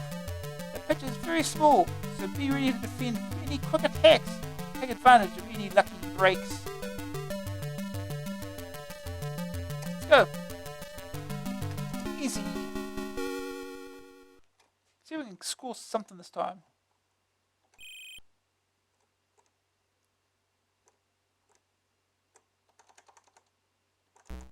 Oh, I bounced off. In wrong box. Free kick.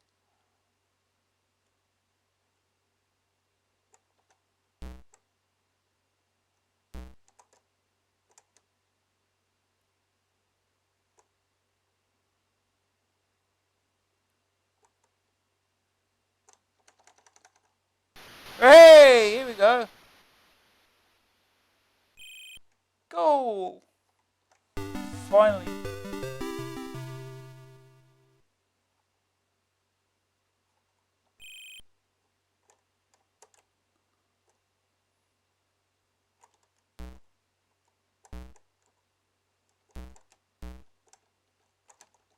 Oh, stupid. Well, that didn't last long.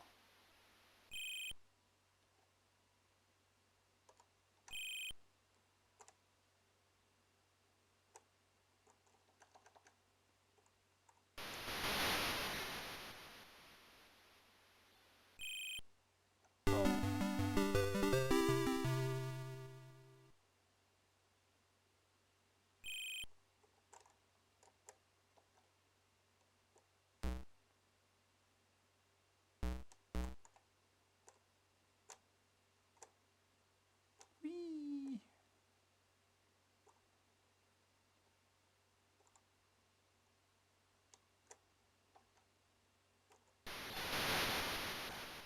Okay, I think we're getting somewhere now. Goal.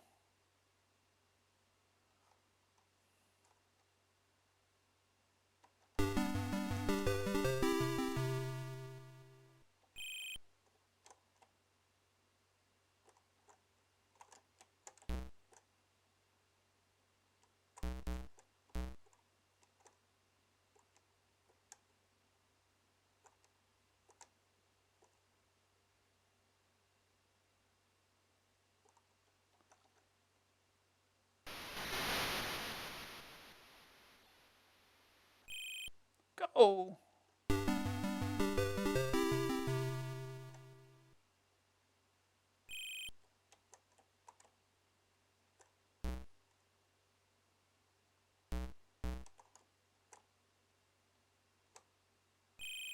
Foul.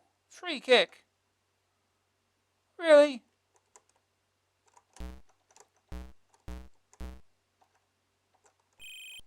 Half time. Right, 4-1.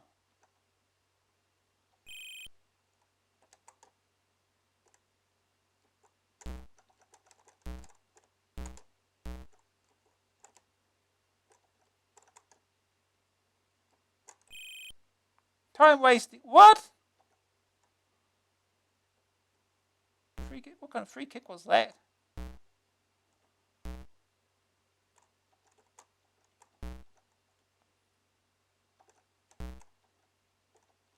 Change player now. I do.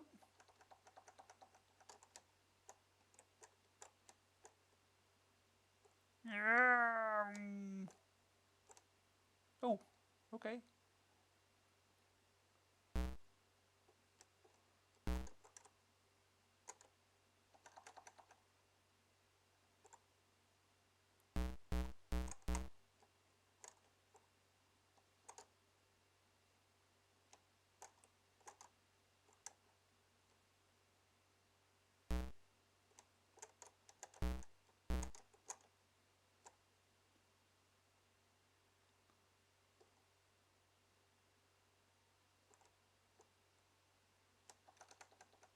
Ah.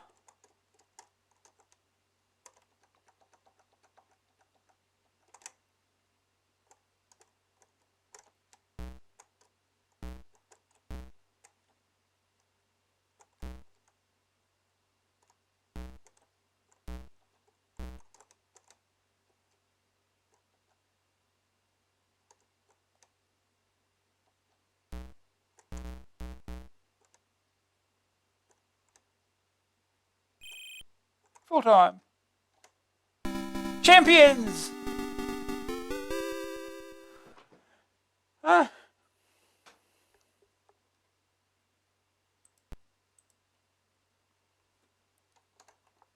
Player 1 high score.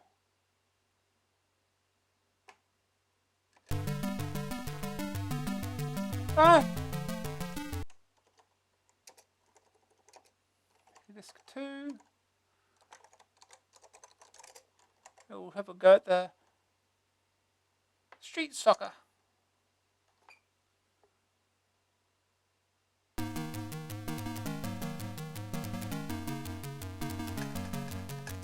Choose controls. Joystick. Keys. Extra joystick. Let's go. Easy.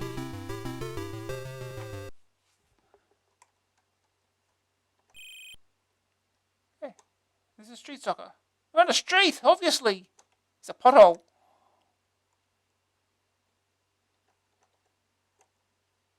Oh, missed.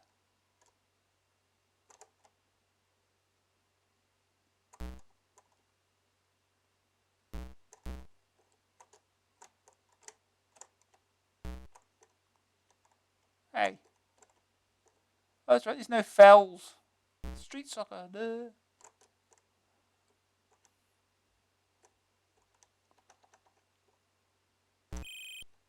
Go!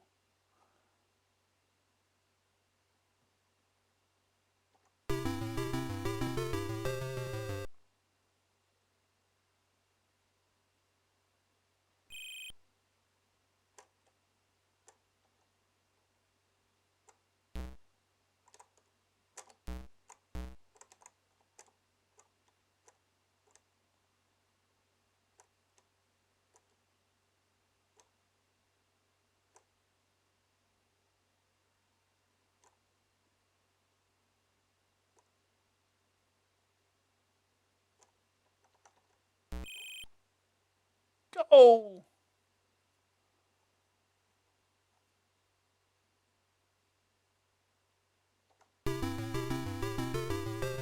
Hey!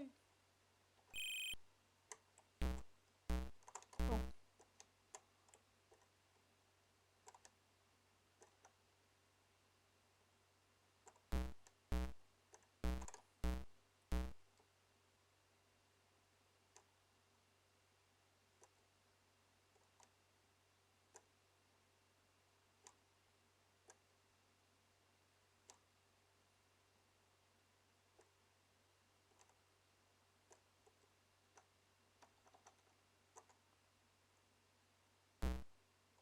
What? Half time.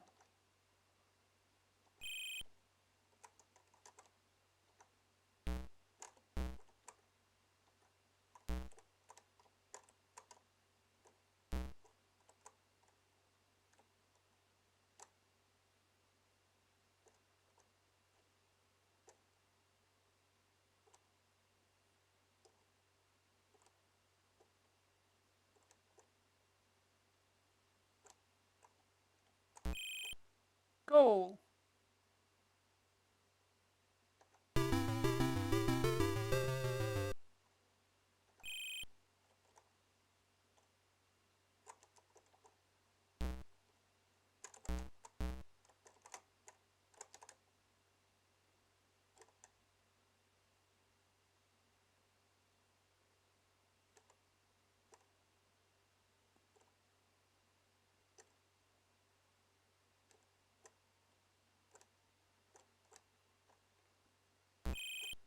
Goal.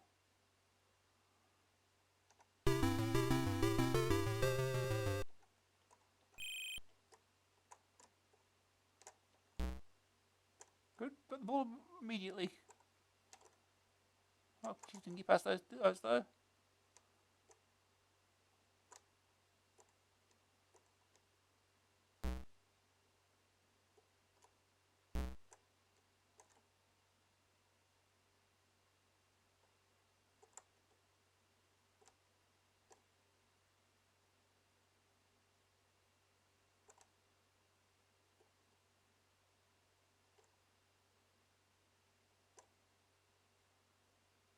One more goal, right?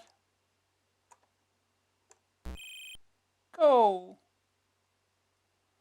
There you go.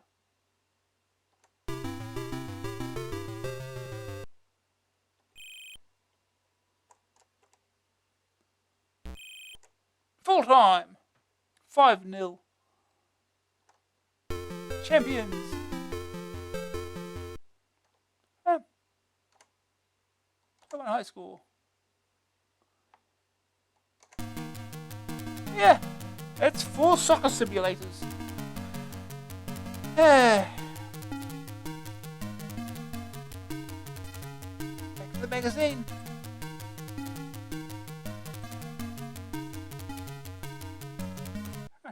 That should be it, if I remember. Should be all the games. Yes, cheat mode is next. Gary Barrett's survival kit for CPC games. Maps for the Bard's Tale.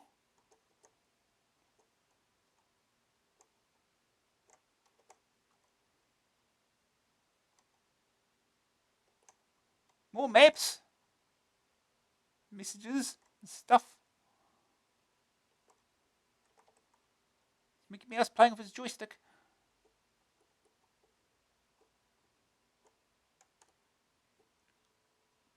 Sword Slayer.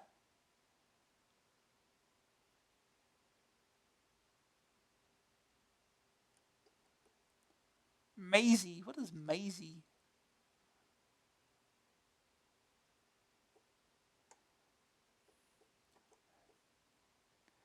Cybernoid. The built-in cheat for Cybernoid 2. Go to the redefine key option and type in O, R, G, and Y as the controls. Go back again and choose some more appropriate keys, and then you can play it with infinite lives. There's a password for Vindicator.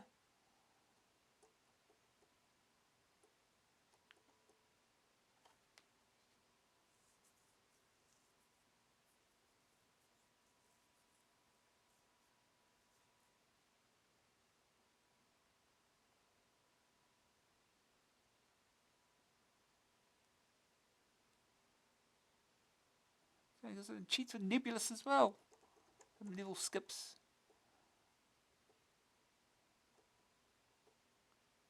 Year of the Robot, Multi-Phase 2, again. The Bard's Tale, Part 2, Gary Barrett finds himself in the cellars. More of this walkthrough of the Bard's Tale.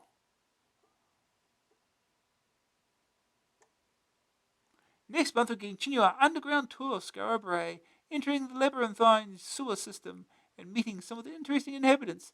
Nose plugs are recommended.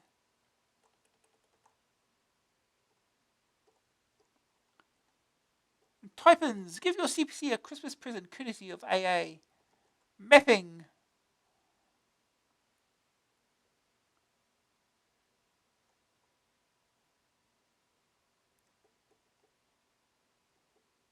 Got a program to make maps. A little difficult if you're trying to play the game at the same time, but, well, sure.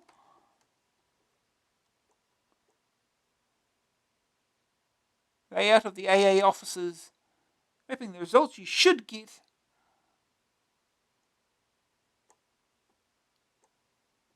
Isotopes, public domain even. Ooh. Author. Yeah, okay. I bought my CPC 6128 about 3 years ago, upgrading from my much used Spicky. I've tried programming on the Spectrum, but its button, keyboard, and poor BASIC didn't help. So my CPC was valuable on both scores. During those 3 years, I learned how to program professionally in both BASIC and machine code, which is tricky but not impossible. I wrote Isotopes as the first test of my new machine code skills. I didn't want to write it all in machine code. I wanted the mundane bits such as scoring and key testing routines in BASIC because I find it easier just to use machine code for the routines requiring speed. I had to use some variables in both the machine code and BASIC sections. For instance, the number of segments in the robot, seg percent. After a bit of fiddling, I found the easiest way to do this was to just use the command poke to put the variable values in a specific area of memory set up at the beginning of the program. Line 20 is interesting. I need a random number generator in the machine code to decide whether to print an object on the screen. After a quick call to a friend, I converted a 6502 assembler program into Z80 mnemonics. It needed 6 bytes of random numbers to start from, which need to be changed each time the game is run. Otherwise, the objects appear in the same locations on the screen every time. This is because no random number routine is truly random. The numbers just follow a complex pattern. So if the seed isn't changed, the pattern recurs. I've always had trouble with title screens, sound effects, and graphics machine code, so I was pleased with how they turned out. Sound is hardest, and there's no easy way around it. I wanted the robot to keep moving in the same direction, even when a key had been pressed, as in Atari's Pac-Man, so I gave the variable D% a value from 1 to 4, depending on which key had been pressed, and moved the robot according to the value of this variable. This guy wrote this as 15. That's what he looks like, apparently. Because the variable keeps its value after a key has been released, the robot continues moving in the same direction. Finally, I provided a change speed option, so Isotopes should provide lasting entertainment for all ability levels. Hope you enjoy it! That's what it looks like. It's a screenshot. It's basically Snake. Solar System. This hefty program from Graham W. Porteous, an astronomy student at Glasgow University, may well inspire you in the extraterrestrial. After entering a time and date into the computer, a scale model of the solar system is drawn. Oh yeah, this one's also on the cover tape, isn't it? Probably easier just to load off the cover tape. With Pilgrim, all adventurers, welcome! Welcome to the last Pilgrim column of 1988, and the last in the current series. Next month we'll be launching a whole new column featuring regular features and exclusive Amstrad Adventurer of the Year competition. Meanwhile, feast your eyes on Corruption, converted for us at last, the Paladin's Player's Guide to Gnome Ranger, the Pilg's Awards for Best Game of 1988, and much more. So Corruption by Magnetic Scrolls, 1995, 6128 only. Look at the graphics. Corruption, a yuppie's fantasy, or nightmare. Not quite a classic perhaps, but a welcome conversion to the CPC anyway. It's here, those of us dying to indulge in a spot of insider dealing, detective work, and daring do in the city can at last get down to a game of Corruption. We've already covered the game itself in our preview, issue 35, but now the CPC version is finally here, and what do we find? Sadly, it doesn't seem quite up to the standard we might have hoped for. To be fair, perhaps we shouldn't be complaining at all, since any conversion of a major game for the Amstrad is welcome. Yet there are one or two reservations that must be voiced about this here Corruption. First of all, the graphics. Unlike the Pawn, which had tremendous pictures on the CPC, Corruption uses a Mode 1 colour display that doesn't have the resolution to do justice to the famous Magnetic Scrolls artwork. You might think that colour was preferable in any case, but since many adventurers play their games in 80-column format, 6128 owners in particular, It seems that a really state-of-the-art Mode 2 mono display might have been more impressive. The pictures aren't bad, but they're not up to the usual brilliance we have come to expect from this company.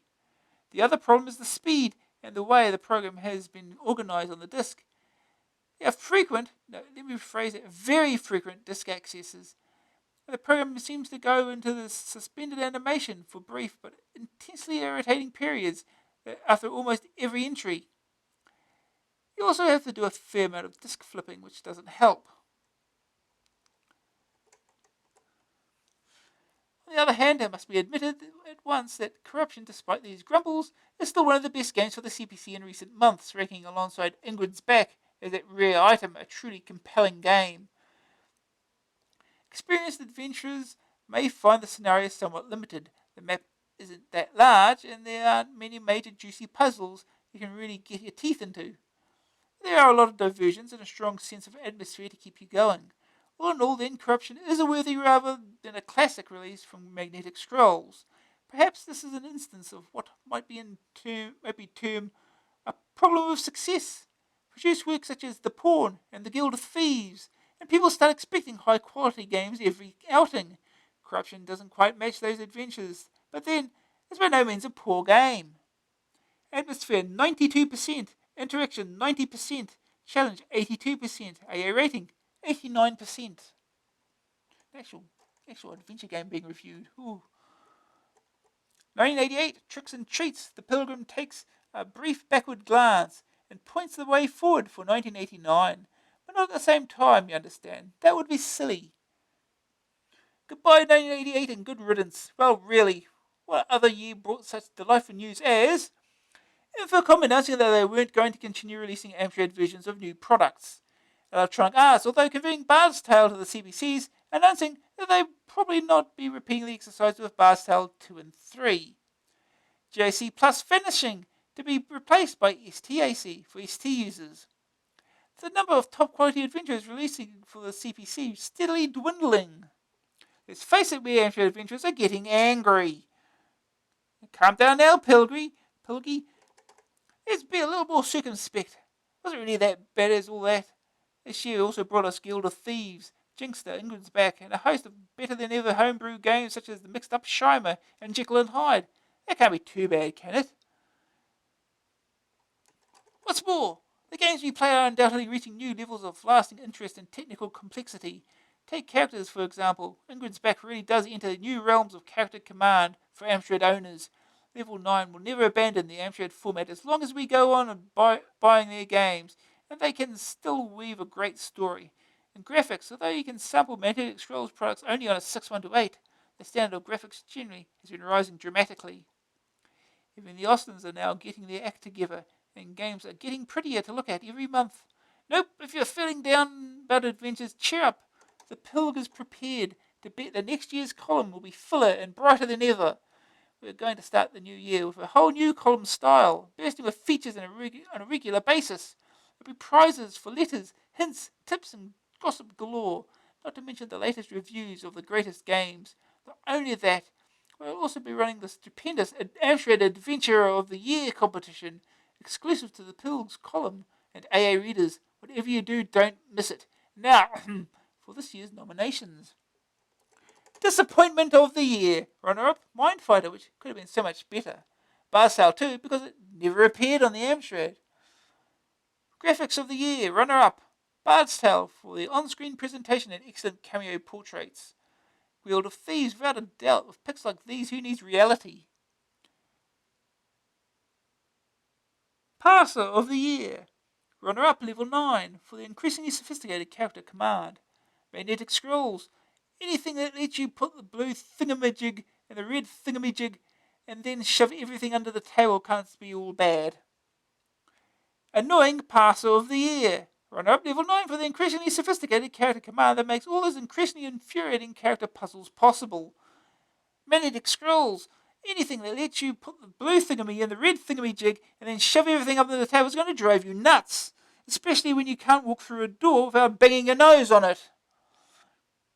RPG Influenced Game of the Year. Runner-up, the Pilg Programming course, which showed a number of interesting character attributes, but still to find the space in this column to do combat on a regular basis. The winner has to be the Bard's Tale because there weren't any others.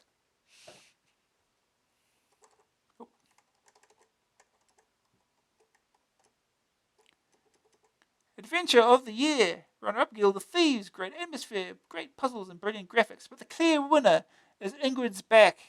Awarded for sheer excellence in the character handling department and for managing, almost, to bring gnomes into the 20th century. If only other companies would support the Amstrad with adventures of this quality.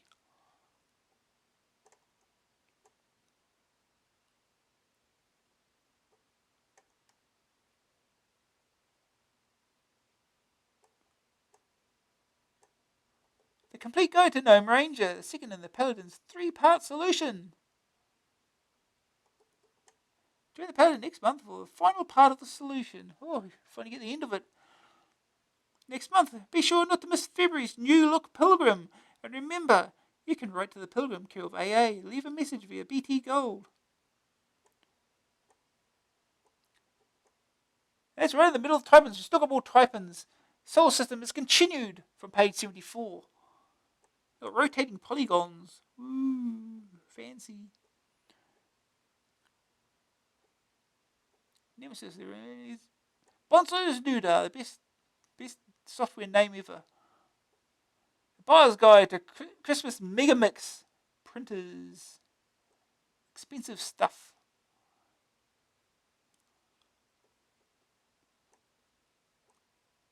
Panasonic KXP 1081.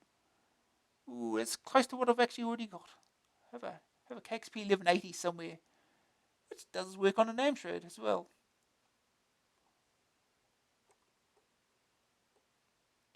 Word processors and databases. What? You haven't bought the Micro Music Creator? For shame. Teletext, the world of imagination at your fingertips. Adventures to get excited about. The Bard's Tale, Electronic Arts, AA36, 90%. Gnome Ranger, Level 9, AA28, 85%.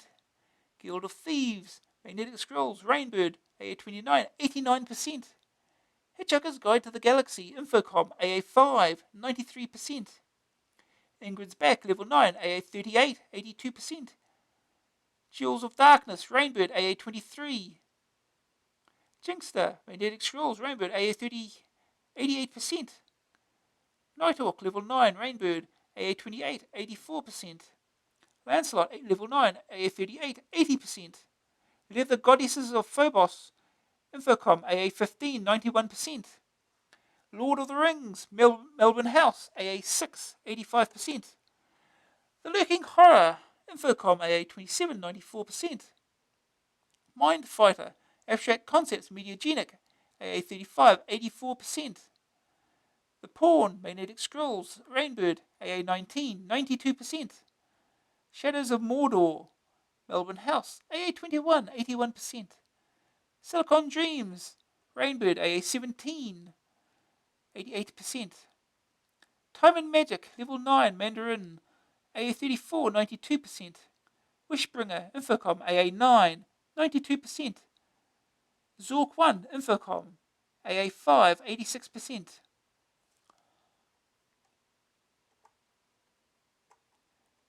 These we have loved, the year's master games. January, Driller. February, Bobsleigh. March, Defector. April, Advanced Tactical Fighter. May, Cybernoid. June, Nebulous. July, Darkside. August, Target Renegade. September, The Bard's Tale. October, Heroes of the Lance. December, Cybernoid 2, because there was no master game in the November issue. Spreadsheets. Afterthought. All too soon, the end of another issue is almost upon us. But before we go, the character set. 1. The game's addict. Aged 12 and 3/4. The game's addict is obsessed. Well into his third joystick, and with a list of games that runs to 28 pages, most of them copied on a reciprocal basis from friends. He swaps like crazy, reads Amstrad Action and especially Action Test from cover to cover every month, and jealously guards his almost complete set. He's missing 5 issues, and would willingly sell his big sister for any one of them. Come to think of it, he'd give her away if he thought anyone would have her. He's going to be a programmer when he grows up, he says, or failing that, a computer magazine writer. He often submits cheats, pokes, and maps, though he sometimes forgets to put a stamp on the envelope. His room, a poster plastered tip, is a chaotic shrine to Maria Whittaker, Mike Van Wyck, and a dozen indistinguishable, overdeveloped, sour-faced vigilantes with blood leaking inconvincingly from numerous body wounds and wielding guns that wouldn't fire in a million years. He wrote to AA once, asking them to send him every review of every game they'd ever received, but still hasn't come. Must be in the post. He's deathly pale in his bloodshot eyes, because he never comes out of his room and plays in total darkness. He's partially deaf as a result of years spent listening over his headphones to appalling game soundtracks, the latest of which he hums constantly to his mother's intense annoyance. He has chronically overdeveloped muscles in his right wrist from joystick waggling, a bad back from leaning hunched over his CPC all evening, and a series of bad school reports complaining that when he's not falling asleep in class, he's drawing disturbing images of urban violence. So he does CPC games, no problem. He can handle it. Could give up any day he wanted, maybe tomorrow. Next month, member in the CPC character set is the club secretary. 20 things you never knew about your CPC. Number 1. Sylvester Stallone writes all his scripts using a CPC without turning on the power. Number 2. When the SAS stormed the Iranian embassy in 1980, they used CPC power to tie up the prisoners. In 1980, that's an impressive feat. Number 3, Paul Hogan uses profits from Crocodile Dundee to buy over 4,000 CPCs, and he can't even type. Number 4, Marilyn Monroe died before the CPC began production. Hey, something that's probably actually true. Number 5, so did Attila the Hun. Again, true. 6, Basil Fawlty, proprietor of Fawlty Towers, is seen in the 6th episode, the one with the Germans, to throw a CPC out the 3rd floor window. Number 7, in the next scene he's then shown plugging it in, and astonishingly, it doesn't work. 8, in the latest series of Moonlighting, the one we haven't seen yet, David decides to throw out all the stupid Macintoshes. Maddie disagrees and shoots herself. Then David wakes up. It was all a dream. Number 9. The solder used in CPCs are made from melted down fittings from the Titanic. Number 10. It has been discovered that CPC users really have bad breath. Really. Okay. Number 11. The colours on a CPC are brighter than those of any other computer in the world, with a few exceptions. Number 12. Ghost hunters have reported a strange glow coming from the escape key of some 464s. 13. Marlon Brando turned down the part of Alan Sugar in a filmed biography. I can't smell like that, he confessed. Number 14. The Sunday Sport revealed that the CPC had been discovered on the moon, and it just has mysteriously vanished. Number 15. Kangaroos are allergic to CPCs. 16. CPC stands for Clean Paper Clips. Is that right? Oh yes, it's well known. Really? You do amaze me sometimes. 17. His Royal Highness Prince Charles is a keen Cybernoid fan. 18. There are more CPCs in Britain than there are pineapples in Switzerland, probably. 15. February's Amstrad Action is on sale on 12th January. 20. Apart from that, I made all this stuff up in my lunch hour. Good to know. Next month, 20 things you never knew about the CPCs. Pin 27. A 4-year go. By the way, before we run out of ideas for the CPC character set, why don't you send one in? Why? Because we hear the crap? Because it's £20 cash for each one we print, that's why. We want between 150 and 300 words. And although we don't expect you to do the picture as well, if you do, it's you and choose, it's worth another tenner. Come on then, get your thinking caps on, and since you're having a go at you, you can't really complain if you want to do the same to us. Avoid the queues. Well, folks, that's it for another month. There is no more. Still, hang on for 4 short weeks. We're back in February's action-packed action. We can promise you a free second disc drive on the cover, or we can tell you the truth, which is that we haven't got the foggiest what we'll be doing by then. But it'll be good. By the way, if you've been having problems getting your hands on a copy, why not reserve one? The newsagent will be glad to oblige. Just hand in this reservation slip and make life a little easier. Dear newsagent, please reserve me 1 copy of the February Amstrad Action due out on 12th of January. Name and address, telephone number. If you're under 18, please get your parent or guardian to sign here. God, it's almost midnight. The CBC is alive. Make sure it's kicking. Subscribe to Amstrad Action now. And these are pretty much the same as last time.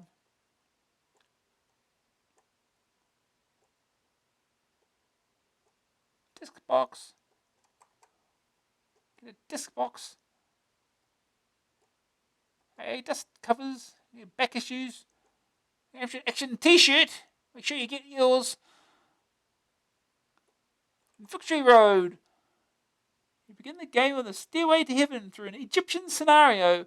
Having survived the blood-sucking monsters of the first phase, you then progress onto the actual road itself. This is where the fun really begins. You'll meet vampires, 2- and 3-headed monsters. The head will fly at you on its own. Just when you think you are gaining the upper hand, the road winds on and on through tombs containing the bones of former seekers after fame, and very much alive eldritch horrors.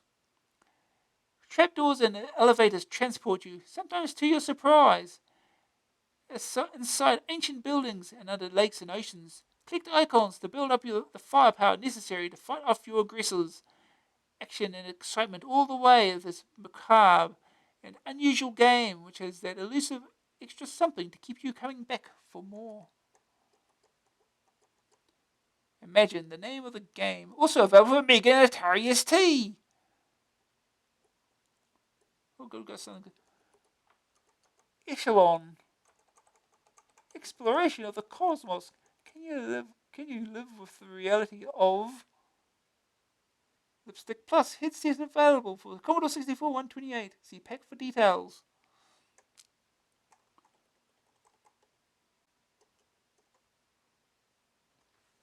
And that's actually into the magazine.